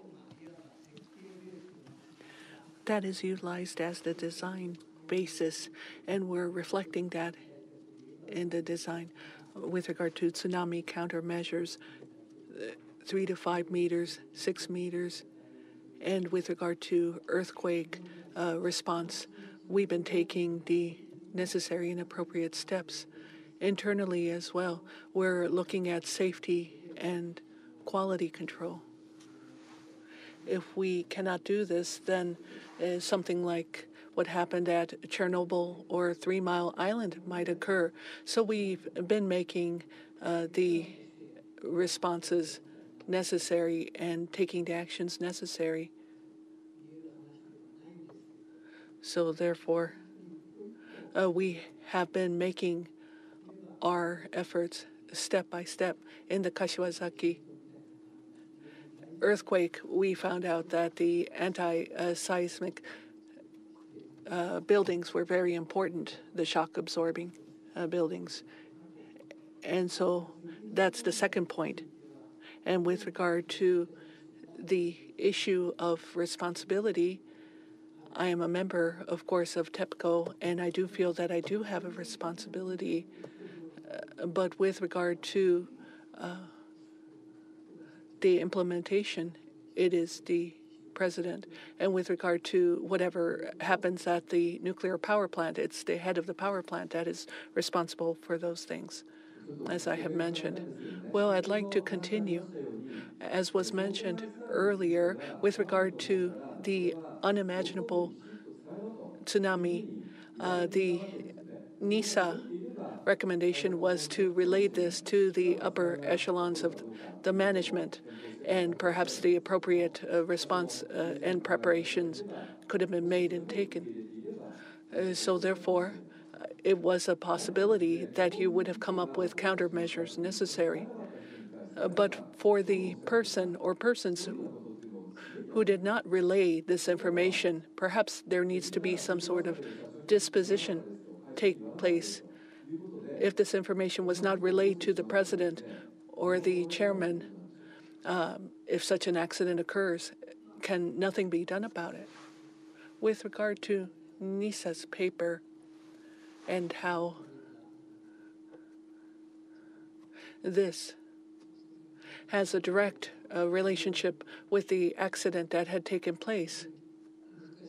This is a very difficult issue. What the disposition would be and whether it would be immediate, that's not what I'm talking about. Even if a tsunami comes, all power being lost was not something that you had assumed. So therefore, this accident happened because of this unimaginable tsunami that had assaulted the power plant. And we had never thought about electric power being completely lost, you had said. So therefore, you're saying with regard to this accident, TEPCO has no responsibility. That's what you had said initially. But you had heard about this at TEPCO. It came to your mailbox, did it not? If it came to your mailbox, then it was relayed to you, then the countermeasures would have been put together, or there would have been an active effort not to put together such countermeasures. Without such an opportunity being given to do so, such total power loss is something that could not have been imagined. This is not something that you cannot. That is not something you can say in the future. You've already heard about this, so don't you have any thoughts with regard to that? With regard to this type of tsunami, whether or not it would occur? And when such a thing occurs, whether all electric power would be lost, I think those are two separate issues. But you said you do not know about these two issues. First of all, that such a tsunami would come upon you is not something that you could have imagined. And all power being lost was not something that could be imagined. That's what you had said. Yes, I do believe that's what I had meant. But if this was understood, then there was this knowledge that had existed that because of a tsunami, such a complete power loss would have occurred. But you never imagined this. So your explanation is not correct, is it? Well, as far as we are concerned, as far as this type of tsunami, we did not imagine it visiting us. So with regard to the loss of power, first of all, the tsunami would not have happened. And based on that, this was not something that you could have imagined. Would it be all right for us to understand it as such? Well, that is a very difficult thing. Well, it's not a difficult thing because it's already something that was known. If a tsunami should happen, then all power would have been lost. But that's not something that you had thought about even once at TEPCO. But that's because this information had not arrived at your company.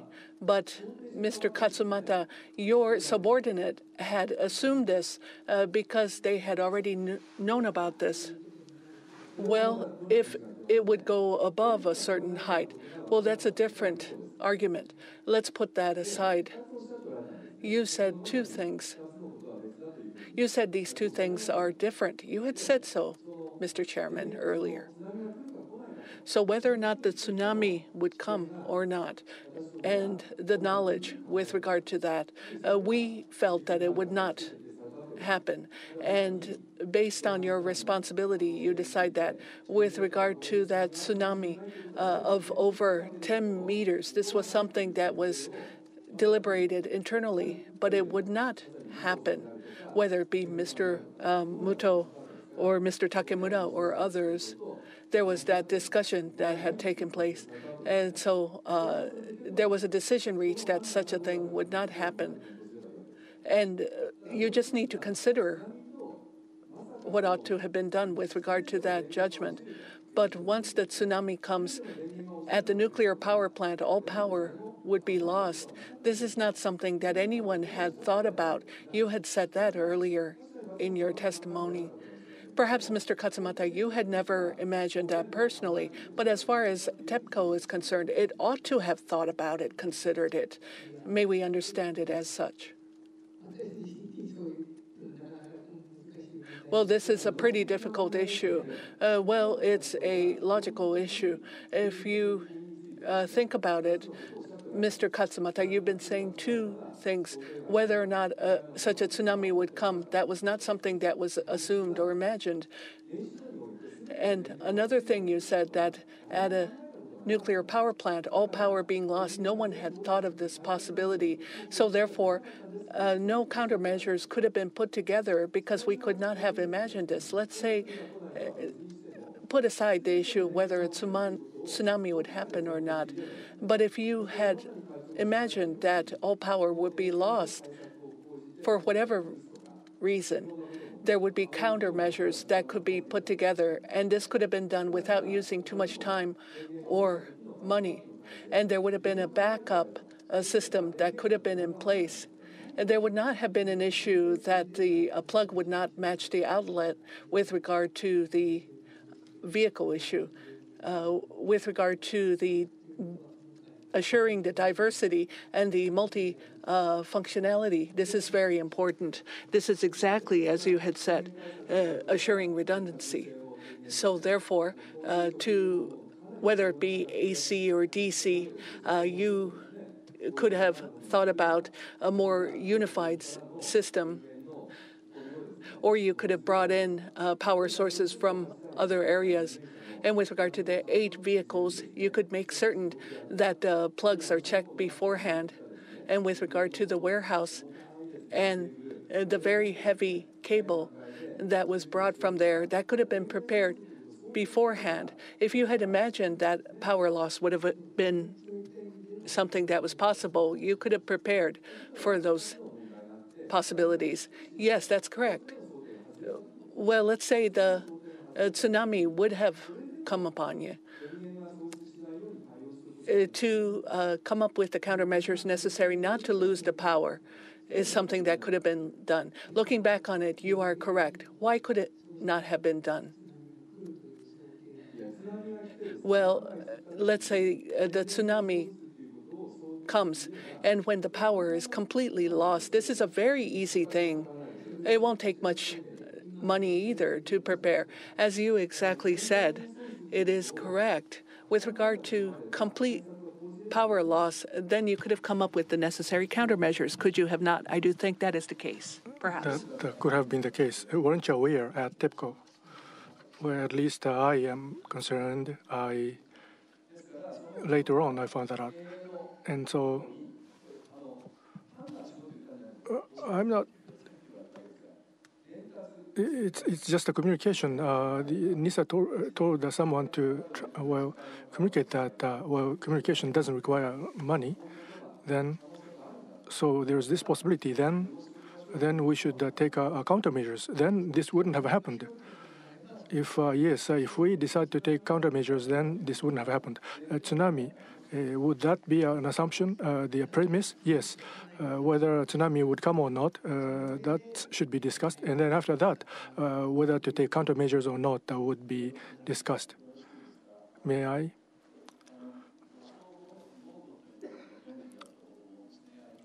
IAEA is talking about the multiple or 5-layer protection. No matter what sort of countermeasures you take, you just there is 5 layers of countermeasures. In case, well, up to the third countermeasures, it's about the reactor, and then after that, how you will avoid the diffusion of radioactivity. So you say it's unexpected, but I think you should have thought about that. This kind of a concept, did it infiltrate across the company, this 5-layer protection? Of 5 layers up to what? I think that's the in question. Up to the 4th layer, I believe, including accident management. We consider that, but in this case, multiple units went through what they went through at the same time. So that made our response very difficult. As I look back upon it, preparation against such a thing was lacking, and that is something that we should have done better. May I? Now, for example, think about the baseball. You know it's wasteful, but players go to backup. For example, in high school baseball, the catcher even runs to the first base, but this is more or less 99% or 9% or 100%. It's useless. It may be useless. It may not be useful even once, but not to do it. You have to be sure that there's going to be no error. You have to be 100% sure. Because whether the first thing does or doesn't happen, if there is a probability, if there is no probability, so you don't do the backup, that's irresponsible. Even if the player is so excellent, and statistically, if this player has done no error at all, but if there is an error, then a very severe situation would occur. If there's such an information, then you would do a backup. A normal thinking would lead to that, right? I think you're talking about this. What sort of decision is made about that importance is that issue, and that is something that we have to reflect on thoroughly. This paper says if there's a tsunami, there could be the entire loss of entire the power. But if a professional reads it, there could be a meltdown. So a meltdown is indicated. If such a major thing might happen, if you know that that might happen, then whether the first person may make no error, even if there is a very high confidence. Well, in unlikely, we wouldn't take money or time to make preparation. If you know that, then you would do a backup. I can't understand why no one would understand why you don't do that backup. Why not? Well, basically, we thought there would be no tsunami. That's, I believe, why we made this decision. But if I look back on it, that was something that we have to gravely reflect upon. May I?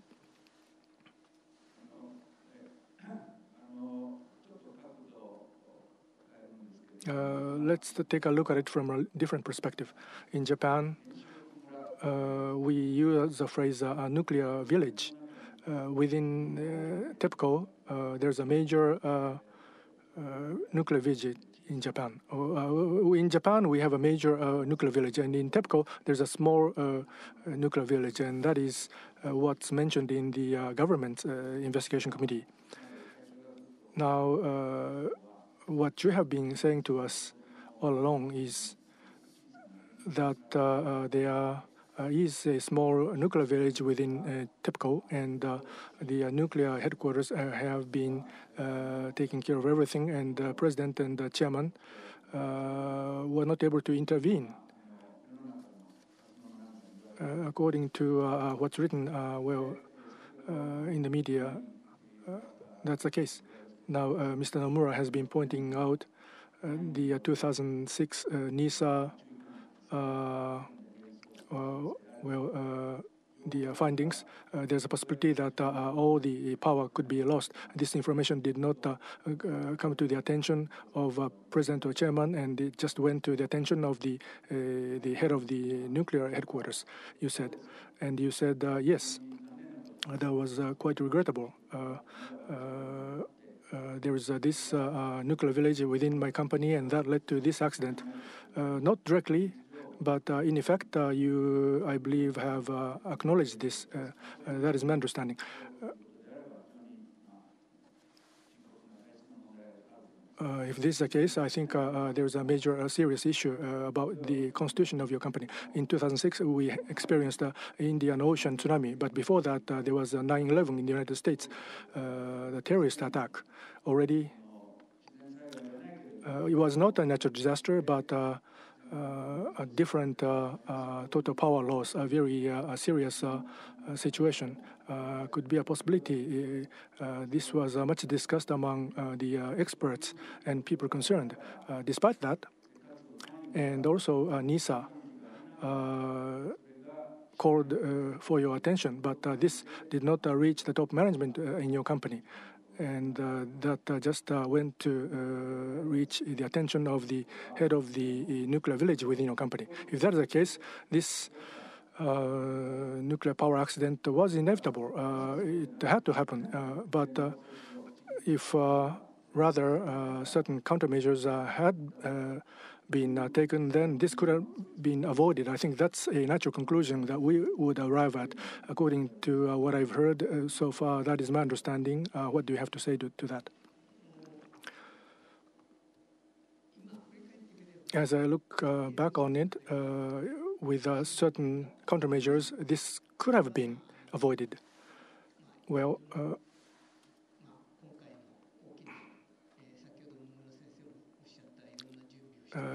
as Mr. Nomura said, this and that preparation should have been made. Maybe that is the case. But on the premise, well, if you call it nuclear village, then we just have to live with it. But this 10-meter or 30-meter tsunami coming, well, we did not anticipate or assume that that would happen. And Mr. Nomura talked about backup in the baseball, so preparation was not sufficient. And as far as this is concerned, it is exactly as you say. We have already passed the scheduled time, but we would like to extend it by about 20 minutes, if I may. Now, that response. Well, the 5-layer protection, your response is against the 5-layer protection. If something that is not, happened, you said that tsunami wouldn't come, but it was unanticipated. But if that happens, then that had to be stopped at the next layer. That's what the 5-layer protection says, right? Right. So when something happens, you have to be prepared. But rather, of course, in that connection, we have to reflect on those matters seriously. After 3/11, what sort of new guidelines have you issued or instructions have you issued within the company? That is a matter left to the president, you said. And so are you aware of what sort of instructions or guidelines have been issued within the company? That's question number one. And as chairman, what sort of instructions or new guidelines would you like to issue to the company? And also, as was mentioned by member Hachisuka, about absolute safety, what sort of message would you like to issue going forward? So these are the two questions I'd like to ask you. Well, when we think about the design basis, we're going to be taking all the necessary actions and make certain we are prepared, even if something happens and it is something that is unimaginable. We have to, in terms of the power supply and water injection be able to do what is necessary. That is one of the biggest lessons that we've learned this time.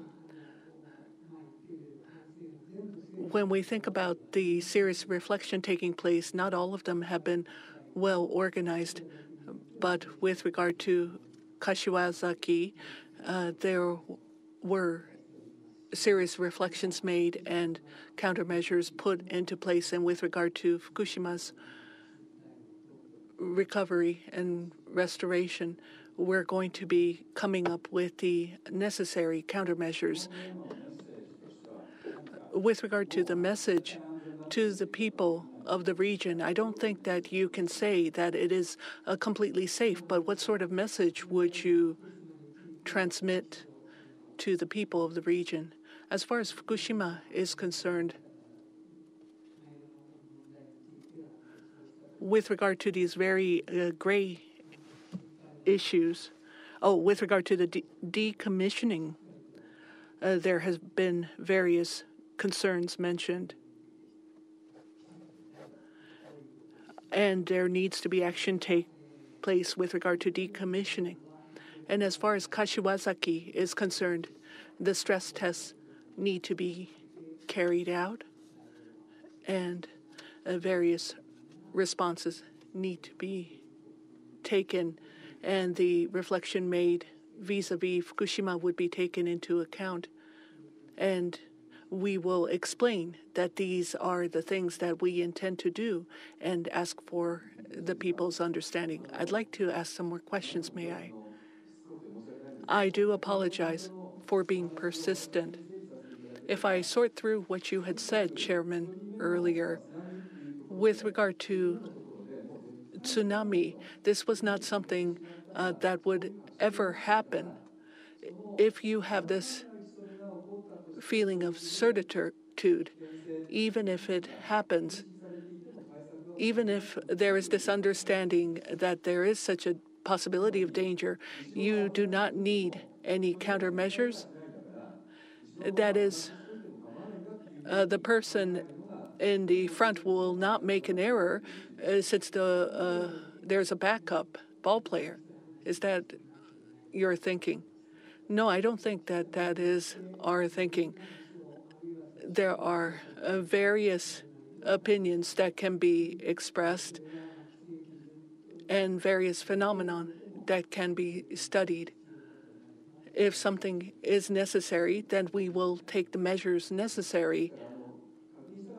I just wanted to confirm with you that if something should occur and all power is lost as a result of all kinds of things following that event, then there would be damage to the reactor core. This is a very dangerous matter.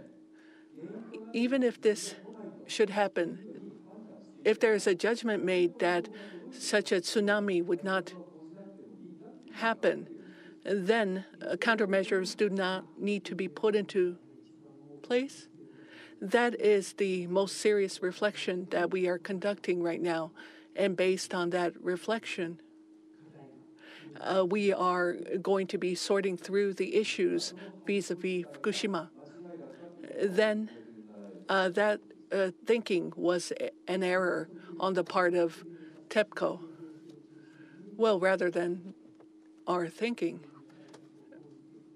we will be coming up with various countermeasures in the area of design, and we would make the necessary considerations and take the necessary actions. If there is a severe accident process that is put into place, then you would have come up with the countermeasures necessary. If we had been able to understand that, then we would have done that. That is to say, NISA did not put this out as a rule. This was basically left up to the operators. So TEPCO made a judgment that it would not put into place the necessary countermeasures. It depends upon the severe accident, of course. And as far as severe accident countermeasures and the rulemaking pertaining to this, this is something that is considered by NISA, but the Federation of Electric Power Companies put out a different proposal. That's not something that I am aware of. With regard to the assumptions with regard to severe accident countermeasures, you do not understand why it is that there was not a rule for this. If there was a rule that was in place, then the countermeasures would have been put into place. Yes, that's correct. I understand. I understand we don't have very much time, so I'd like to move on now, if I may. With regard to safety and management, these are two issues that need to be discussed. To assure safety, it takes money. As the chairman, as a member of the management, when you think about the management costs, how is it that you have organized your thoughts with regard to this? With regard to nuclear power, the nuclear power headquarters have made their recommendations with regard to assuring safety. Of course, the necessary sections and divisions would talk about trying to bring the cost down, but with regard to the necessary response, we would take the necessary response. There is a risk map that is utilized to make the decisions on the part of management. As far as tsunami, there is a low probability that it would happen. The probability of it happening is very low. So therefore, the impact vis-a-vis management and operations of the company are very low. And so at the very low point is where the possibility of a tsunami happening was where it was positioned. But if the tsunami happening would happen like the Joan tsunami that was mentioned earlier, Jogan tsunami, and the tsunami height perhaps might be decided as far as what preparations need to be made in terms of the height for protection that needs to be assured. In the case of risk maps, each of the departments would think about the risks and the degree of the risk and come up with the risk maps. And this has to do with the risk issue that the management considers, but what management would consider would be limited. But if the degree of it happening is very high, then it would be an issue that the management would look at seriously. Well, if we look at the effect on the vertical axis, if that happens, what sort of impact would there be? And then a horizontal axis would be the impact.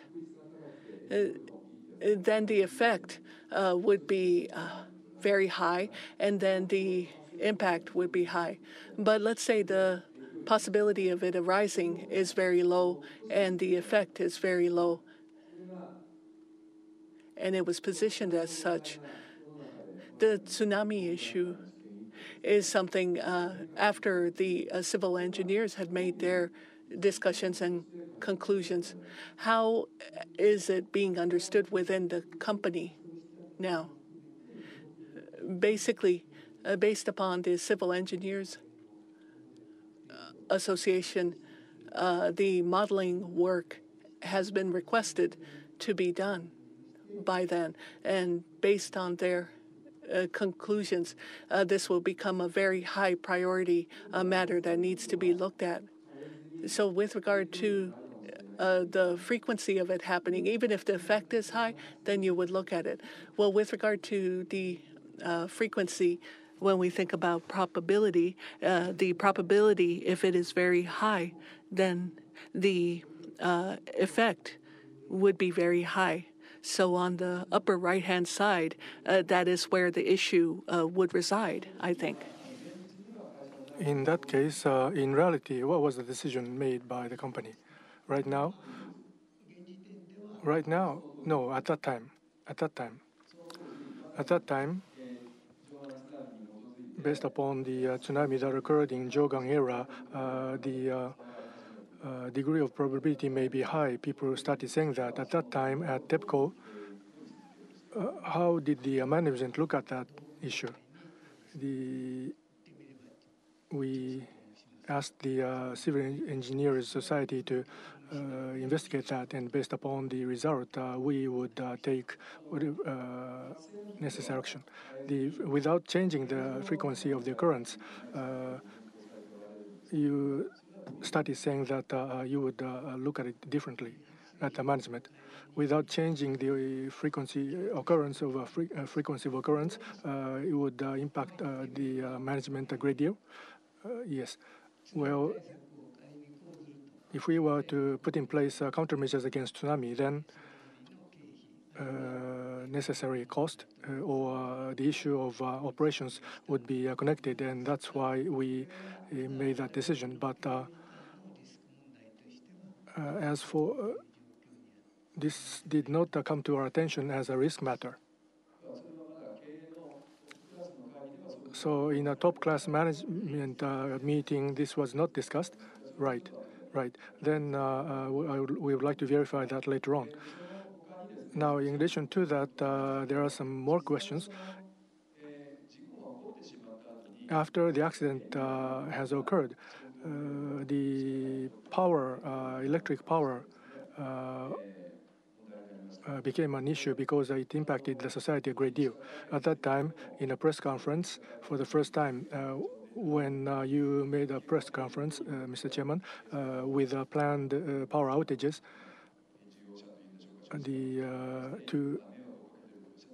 you apologized to the users or the consumers for the inconvenience. Now, about the power demand, when it comes to the investigation or verification, how did you do it within the company? Are you asking about the situation after 3/11? Yes. Then in the previous year, we had a very hot summer.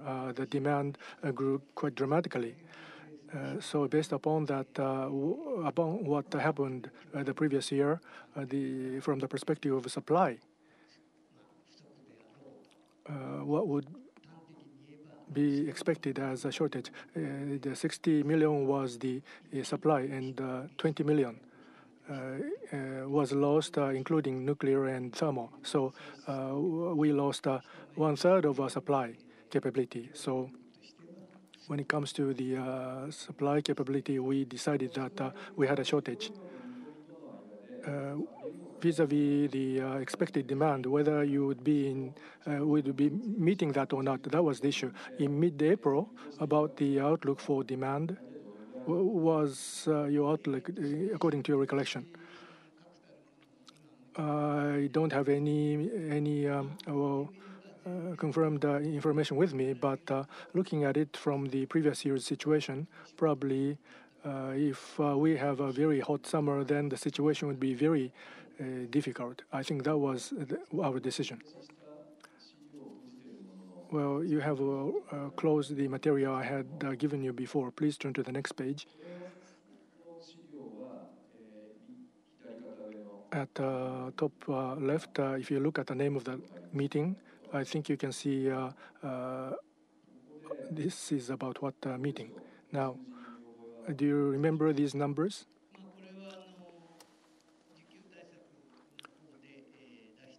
These are the numbers that came from the supply-demand related people. I believe that that's the case. What do these numbers mean, signify?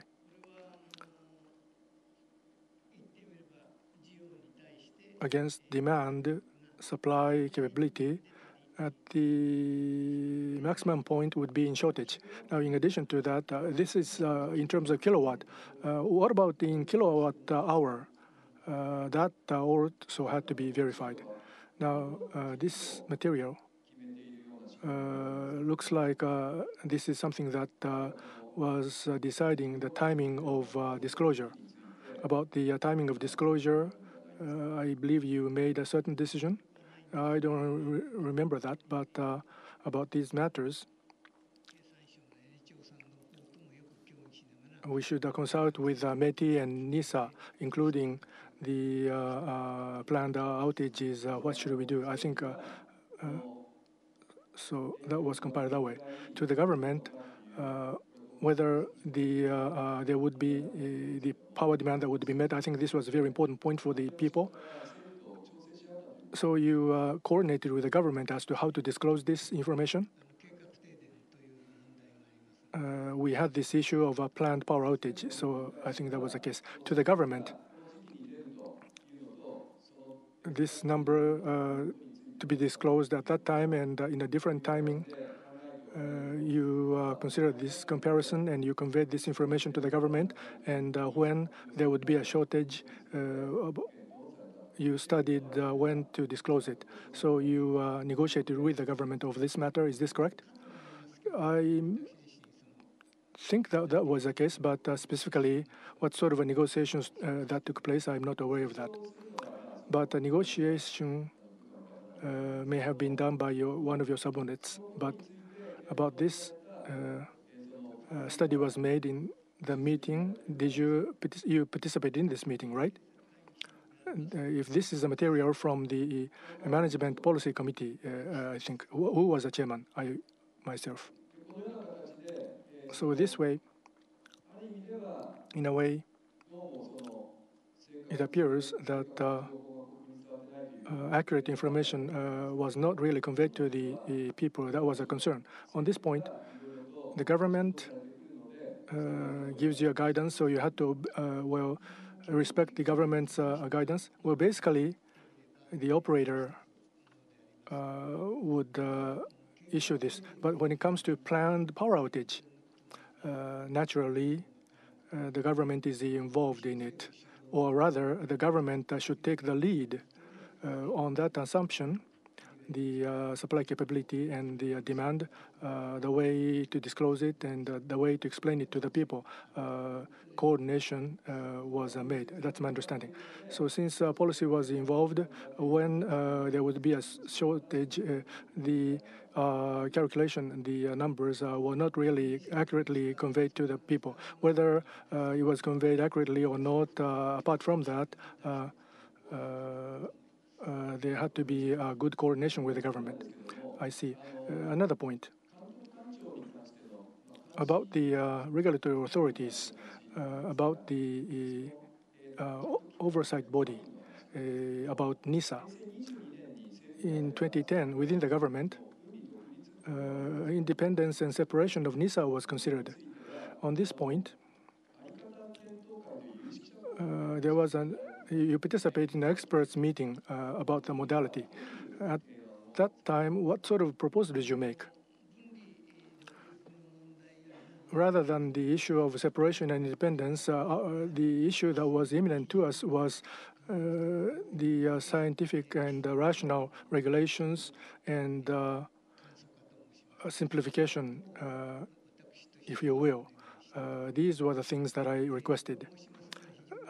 Because there was an increasing amount of documentation involved, and the people working at the nuclear power station had to concentrate on documentation making.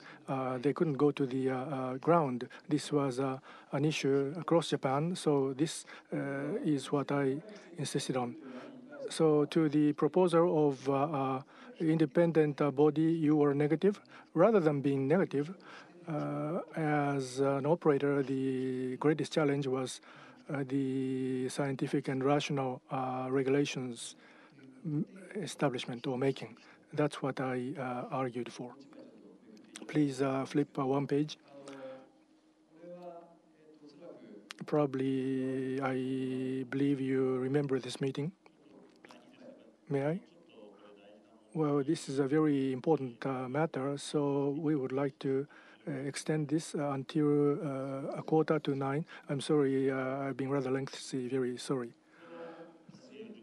Then until 8:45. Well, aside from this meeting with the government, there have been other negotiations that had taken place. I do believe And I think it's a memorandum that was put together by the people that accompanied you. According to this memo, this is what you had said. And if you summarize this, well, what sort of matter were you voicing there? With regard to the independence of the regulators, the regulation standards and dealing with that was very important and highest priority.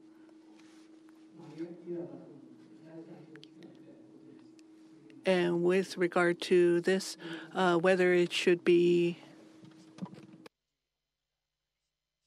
Article 3 body or not was something that was discussed as well. And the authority with regard to regulating that needed to be made very clear, or it would be a very difficult situation. Going back to what was mentioned earlier with regard to the Federation of Electric Power Companies, when the regulating authorities were concerned, this was not a rational thing to do. There was Proposal A, and from the point of view of the operators, Proposal C was better. So therefore, this was the negotiating meeting, and the Federation of Electric Power Companies was fulfilling that role. As far as this rationalization was concerned, was this not something that the electric power companies desired and would be suitable for them?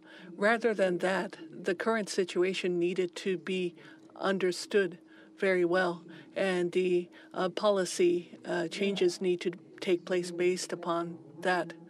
And the actual situation needs to be looked at, and actions need to be taken. And if not, this would be the most difficult thing. Well, with regard to regulators, are they people that don't understand the situation? No, I would not go as far as saying that. But with regard to the actual situation on the front line and the various issues that the people on the front line are grappling with, they need to understand this. From the point of view of the Federation, when you think about the knowledge from abroad, and you think about the regulations from abroad and such activities taking place, these are regulations that are not so rational, depending upon the situation. Yes, I do believe that that is the case, depending upon the situation. But we want to have them understand the actual situation and to come up with the policy necessary based upon that understanding.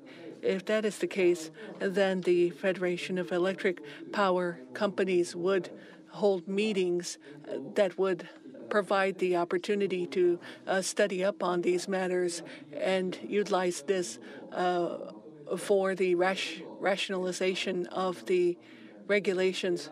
And with regard to the regulations, that some of them would be most desirable and some would not be so desirable, and some would not be desirable at all. And these proposals would be put forward. And so, therefore, it would be more rational for the ones that would be regulated to think about those regulations. No, that is not the case. There's the perspective of the regulators, of course, that exists. So, therefore, based on that perspective, to understand the reality and to put forward the policies necessary. So say what is necessary, but once something is decided, then it would be followed, as you had mentioned. And with regard to the electric power companies, there might be regulations that would not be rational from your point of view. I'm not sure specifically what you're referring to. However, there might be such cases. For example, let's say there might be proposals put forward, but the regulators would hear this, and based on the world standard, they would say this is the global standard, so we're going to put this into implementation. Or based on the proposals put forward, would there be a discussion that would take place, and then the regulations that would be most appropriate would be put together? Well, that's a very difficult thing to decide. It would be on a case-by-case basis, would it not? Well, if there is any example of a regulation that was foisted upon the operators, which you felt was not appropriate, if you could please give us an example. Well, there's nothing that comes to mind right away. You're asking about nuclear power, I believe.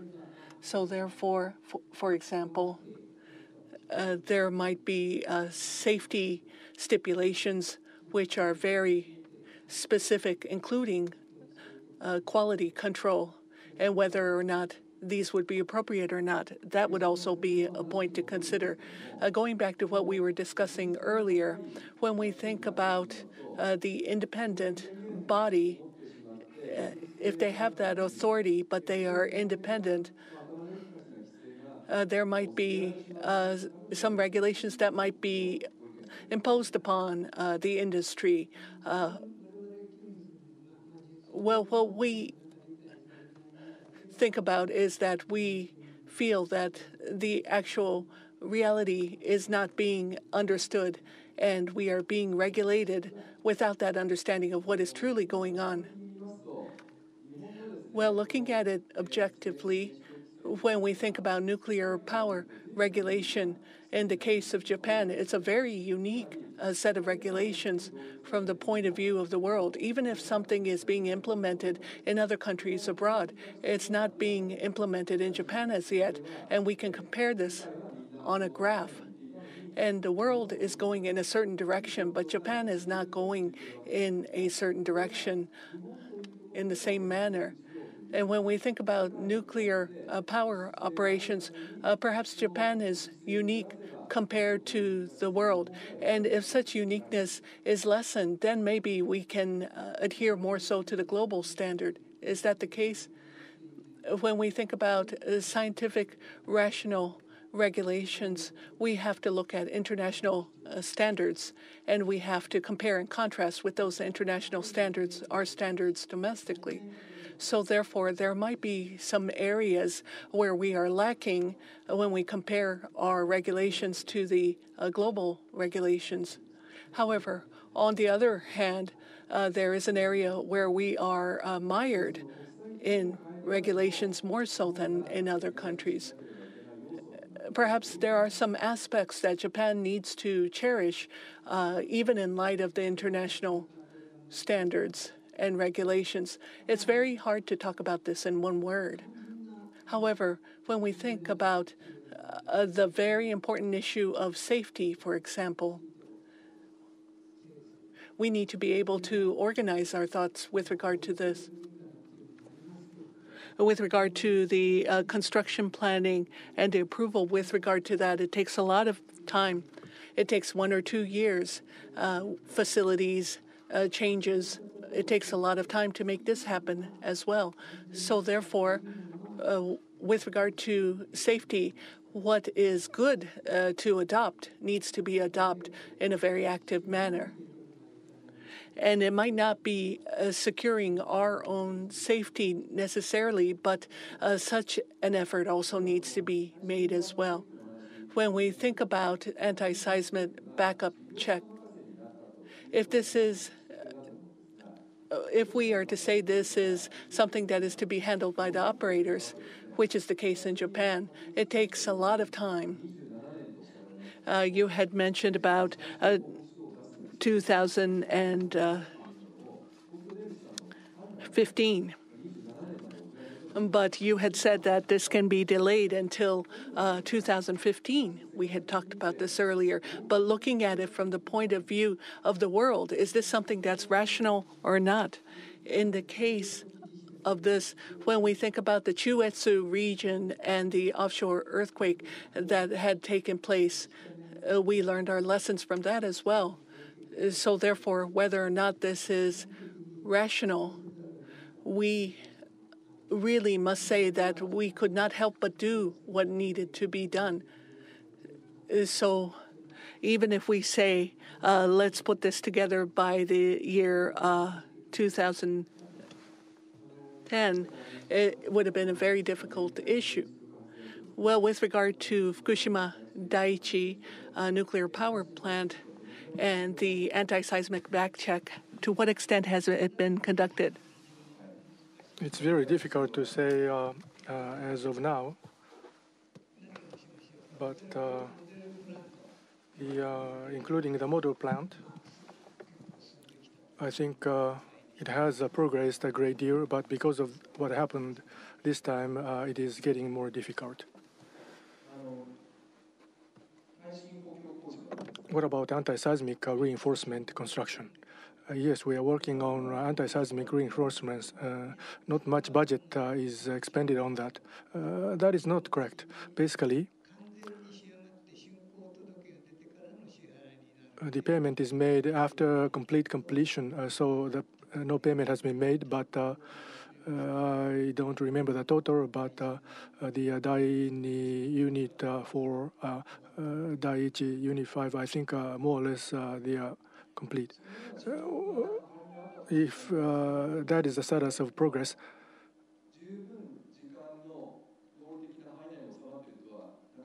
it's very difficult to say that that's within a rational time frame. It's quite behind schedule. Yes, I myself, as I said before, think we are behind. So that's why I asked the question, what's happening? So I think you can say that we are behind schedule. For example, with respect to the countermeasures against severe accident, there's a concept of backfit. For example, you go back to, with respect to the reactor, and the regulators will tell you to comply with the regulations. That's what's been seen in the rest of the world, but it's not introduced in Japan. So the non-application of the backfit. So in a way, backfit retroactively, the retroactive adherence to the regulations is not done in Japan. The operator does the simulation, and based on the result of the simulation, you submit a plan, and as you make a report to the authorities, you do a construction for anti-seismic countermeasures, and so things are left to the operators in a way. But you set a deadline, and unless you oblige the regulation by a certain date, then you had to comply with it, whether you like it or not. But do you think the regulation was rational? That's not a matter for me to judge. I think that's a matter for regulators to judge. You have been explaining to us what's rational. So going back to the past, and I think we had a choice. We could have a choice of retroactive observance of regulations, if that's a proposal well. But this backcheck, leaving things to the operator, this proposal B, do you think this proposal B is more rational? This is not directly related with whether something is rational or not. Now, with a backcheck, mandatorily by a certain deadline, I think that's one way to do it. And also autonomous. Of course, we make reports to the authorities, but autonomous measures by the operator would also be practical. So I don't think it's a matter of which is more rational. So at the Federation of Electric Power Companies, when it comes to anti-seismic backfit, this kind of retroactive application is no good. You didn't discuss that. That was the case. Discussion about backfit, how that is done at the Federation of Power Companies, I don't know. But probably I assume that there might be people who say that would be difficult. But are we going to adamantly oppose it? I'm not. Well, it's not a matter of whether you're going to be against it or not. But from the perspective of operators, this kind of a regulation looks like a regulation made by people who don't know the reality. No, a little different. Then about the fact that the severe accident countermeasures are not turned into regulations. What do you think about that? Well, the severe accident countermeasures maybe become part of the nuclear-related law. That kind of proposal was being made. But the decision was that this wouldn't be part of the rule. About this conclusion, from the perspective of operator, the NISA made a rational decision. Do you think so? This is not related with an operator. This is a matter concerning the regulators. When the regulators make regulations, I think they usually make consultations with the federation, and you respond to that. And you said it was rational, but it was not made into a rule at the end of the day. Well, was that I don't. Apart from whether there was such a discussion or not, but as you have a knowledge of an operator, Mr. Chairman, now this severe accident countermeasure was not made into a law, and do you think there was a rational decision? It depends on the contents.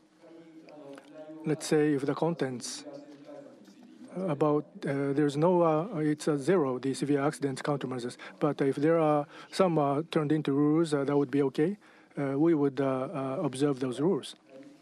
So as far as that is concerned, if the NISA thinks that they want to turn them into the rules, this is not a matter to be opposed by the operators. In reality, it depends on the impact and also the contents. What do you mean by the impact on the location, town, the town at the site? For example, expansion of the zone and so on, or the issue of evacuation zone. Is that included, or?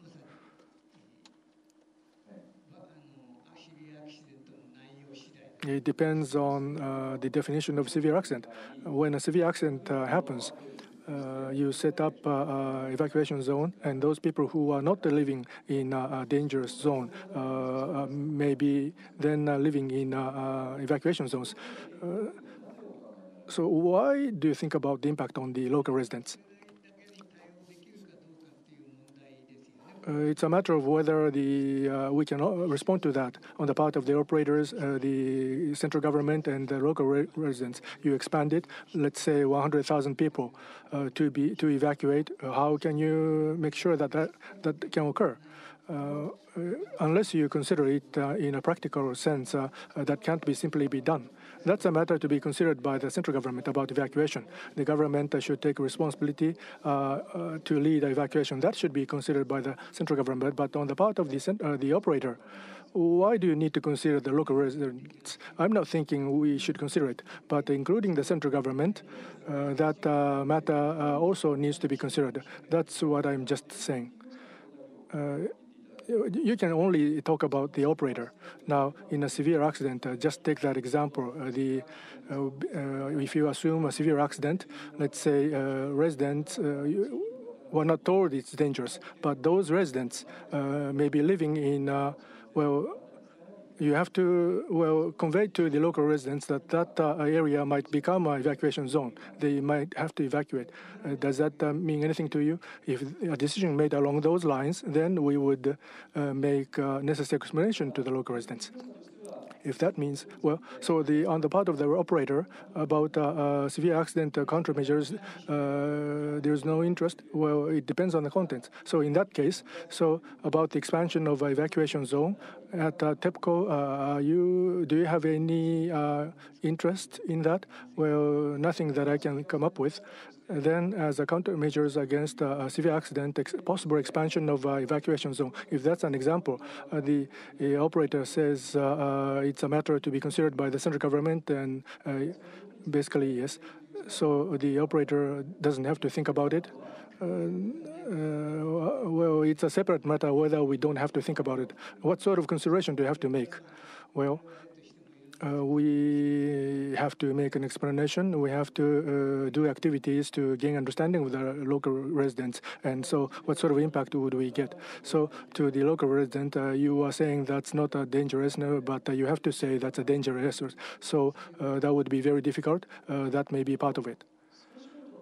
And what about relationship with the litigation?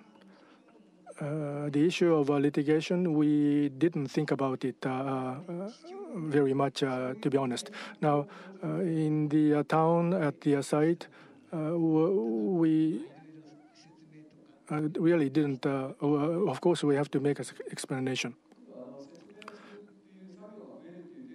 So you just have to make an added explanation. So you are not really related with that. When we think about safety and the considerations that need to be made with regard to countermeasures, this is something that we follow the country's laws and regulations on. Well, with regard to the Federation of Electric Power Companies, it seems as if, with regard to severe accident countermeasures, it seems as if you are resisting this on the part of the power companies. Why is this? Well, I really can't speak on that because I'm not very aware of the situation. It might be because there is some sort of influence, but I don't really know about that. Whether you know this or not, when you think about severe accident countermeasures, if this is made as a rule based on law, and if there is not much of an effect on the region, maybe there are other concerns. Well, with regard to the severe accident countermeasures, I really can't make a judgment because I don't know about the content of this. But let's say that this is a rule, and with regard to the evacuation zone and such, there needs to be more preparation training take place. Then if that were the case and we think about the evacuation of the people in this area, it could have gone more smoothly. Do you think this was possible? I do think that there is that likelihood. How do you feel that that is likely? Well, this time we started with the facsimile notice, and then including all the towns and villages in the region, we put out the notices, and we also dispatched personnel to those areas. Later on, we found out that the faxes did not reach the necessary people, and we seriously reflect upon this. So with regard to communicating with the local areas, we do feel that there is room for improvement. And with regard to the local jurisdictions and how they can receive this kind of information, there might be other measures that can be taken. These are issues we need to deal with as we move forward. With regard to NISA and the rulemaking with regard to severe accidents, it seems as if they want to take it upon themselves to do this. But on the part of the Federation of Electric Power Companies, it seems as if you feel that there's not much of a feasibility with regard to this. And this isn't something that can be easily accepted by the electric power companies. So it seems as if this was retracted. But as far as NISA is concerned, looking back on it, this is a regrettable thing, very regrettable. Some people have mentioned, if that is the case, when we think about a very high level of independence being assured on the part of NISA, and then without hearing from the operators, maybe such a rule could have been made on their part. Do you think that was possible? With regard to the severe accident, it's not just in form, but substantively speaking, if it is something that is to be very effective, and if this could be made into law, of course, naturally, we would support this. And it would depend upon the content of that, of course. We don't have very much time left, so I'd just like to ask you once again. Earlier, when we think about this accident that took place, tsunami and earthquake and tsunami, these were natural disasters that happened. And TEPCO, for a time, has said that these caused the accident. And on the other hand, there could have been preparatory work done, and there could have been more of a response made. And there are matters that are pointed out by many that this could have been done more so. If such an unimaginable tsunami should occur, all power would be lost and the reactor core would melt down. That sort of possibility was mentioned, but this was not relayed to the persons who ought to have known about it. And at the first layer, there would not be an error, so therefore there would not be a necessity for a backup. This was the serious reflection, of course, that you had made later on, that there ought to have been a backup. And as was mentioned earlier, after the accident occurs, this should have been done, that should have been done. There are various reflections you've made, and responsibility and where it resides needs to be thought of as well. But having discussed with you these matters today, I'd like to ask you once again, to what extent was it a natural disaster that caused this, and to what extent was it a man-made disaster? With regard to that, I cannot make a judgment as to what percentage each of those might have been. However, what can be said is that the effect of the tsunami was, of course, very large. This was a large cause of the accident taking place. But there are many things that we need to seriously reflect upon. And if we had the appropriate responses in place, we would have been able to make certain that it wouldn't have been as serious as it was. Of course, TEPCO has its reflections, but on the part of the government as well, I do understand that you think that it also had made some mistakes as well. Well, what sort of government mistakes you're referring to, I'm not really certain. However, with regard to this accident, the government so-called mistakes having a huge effect on the accident, I don't think that was the case. Well, with regard to the countermeasures that could have been put into place beforehand, for example, there was that information given with regard to the power being completely lost and the likelihood of that, but there was no confirmation made as to whether that information had reached the necessary persons. So therefore, it did not reach the necessary persons. And even if it did reach some persons, it was thought that this was not such a serious matter.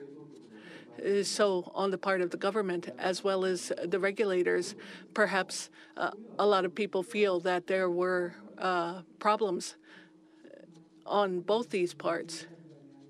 I'm not really in the position to comment upon that, but I do think there is that possibility. I'd like to ask about one thing with regard to the regulators and the government and the nuclear power expertise and specialized knowledge. How do you look at this from your point of view, Mr. Chairman?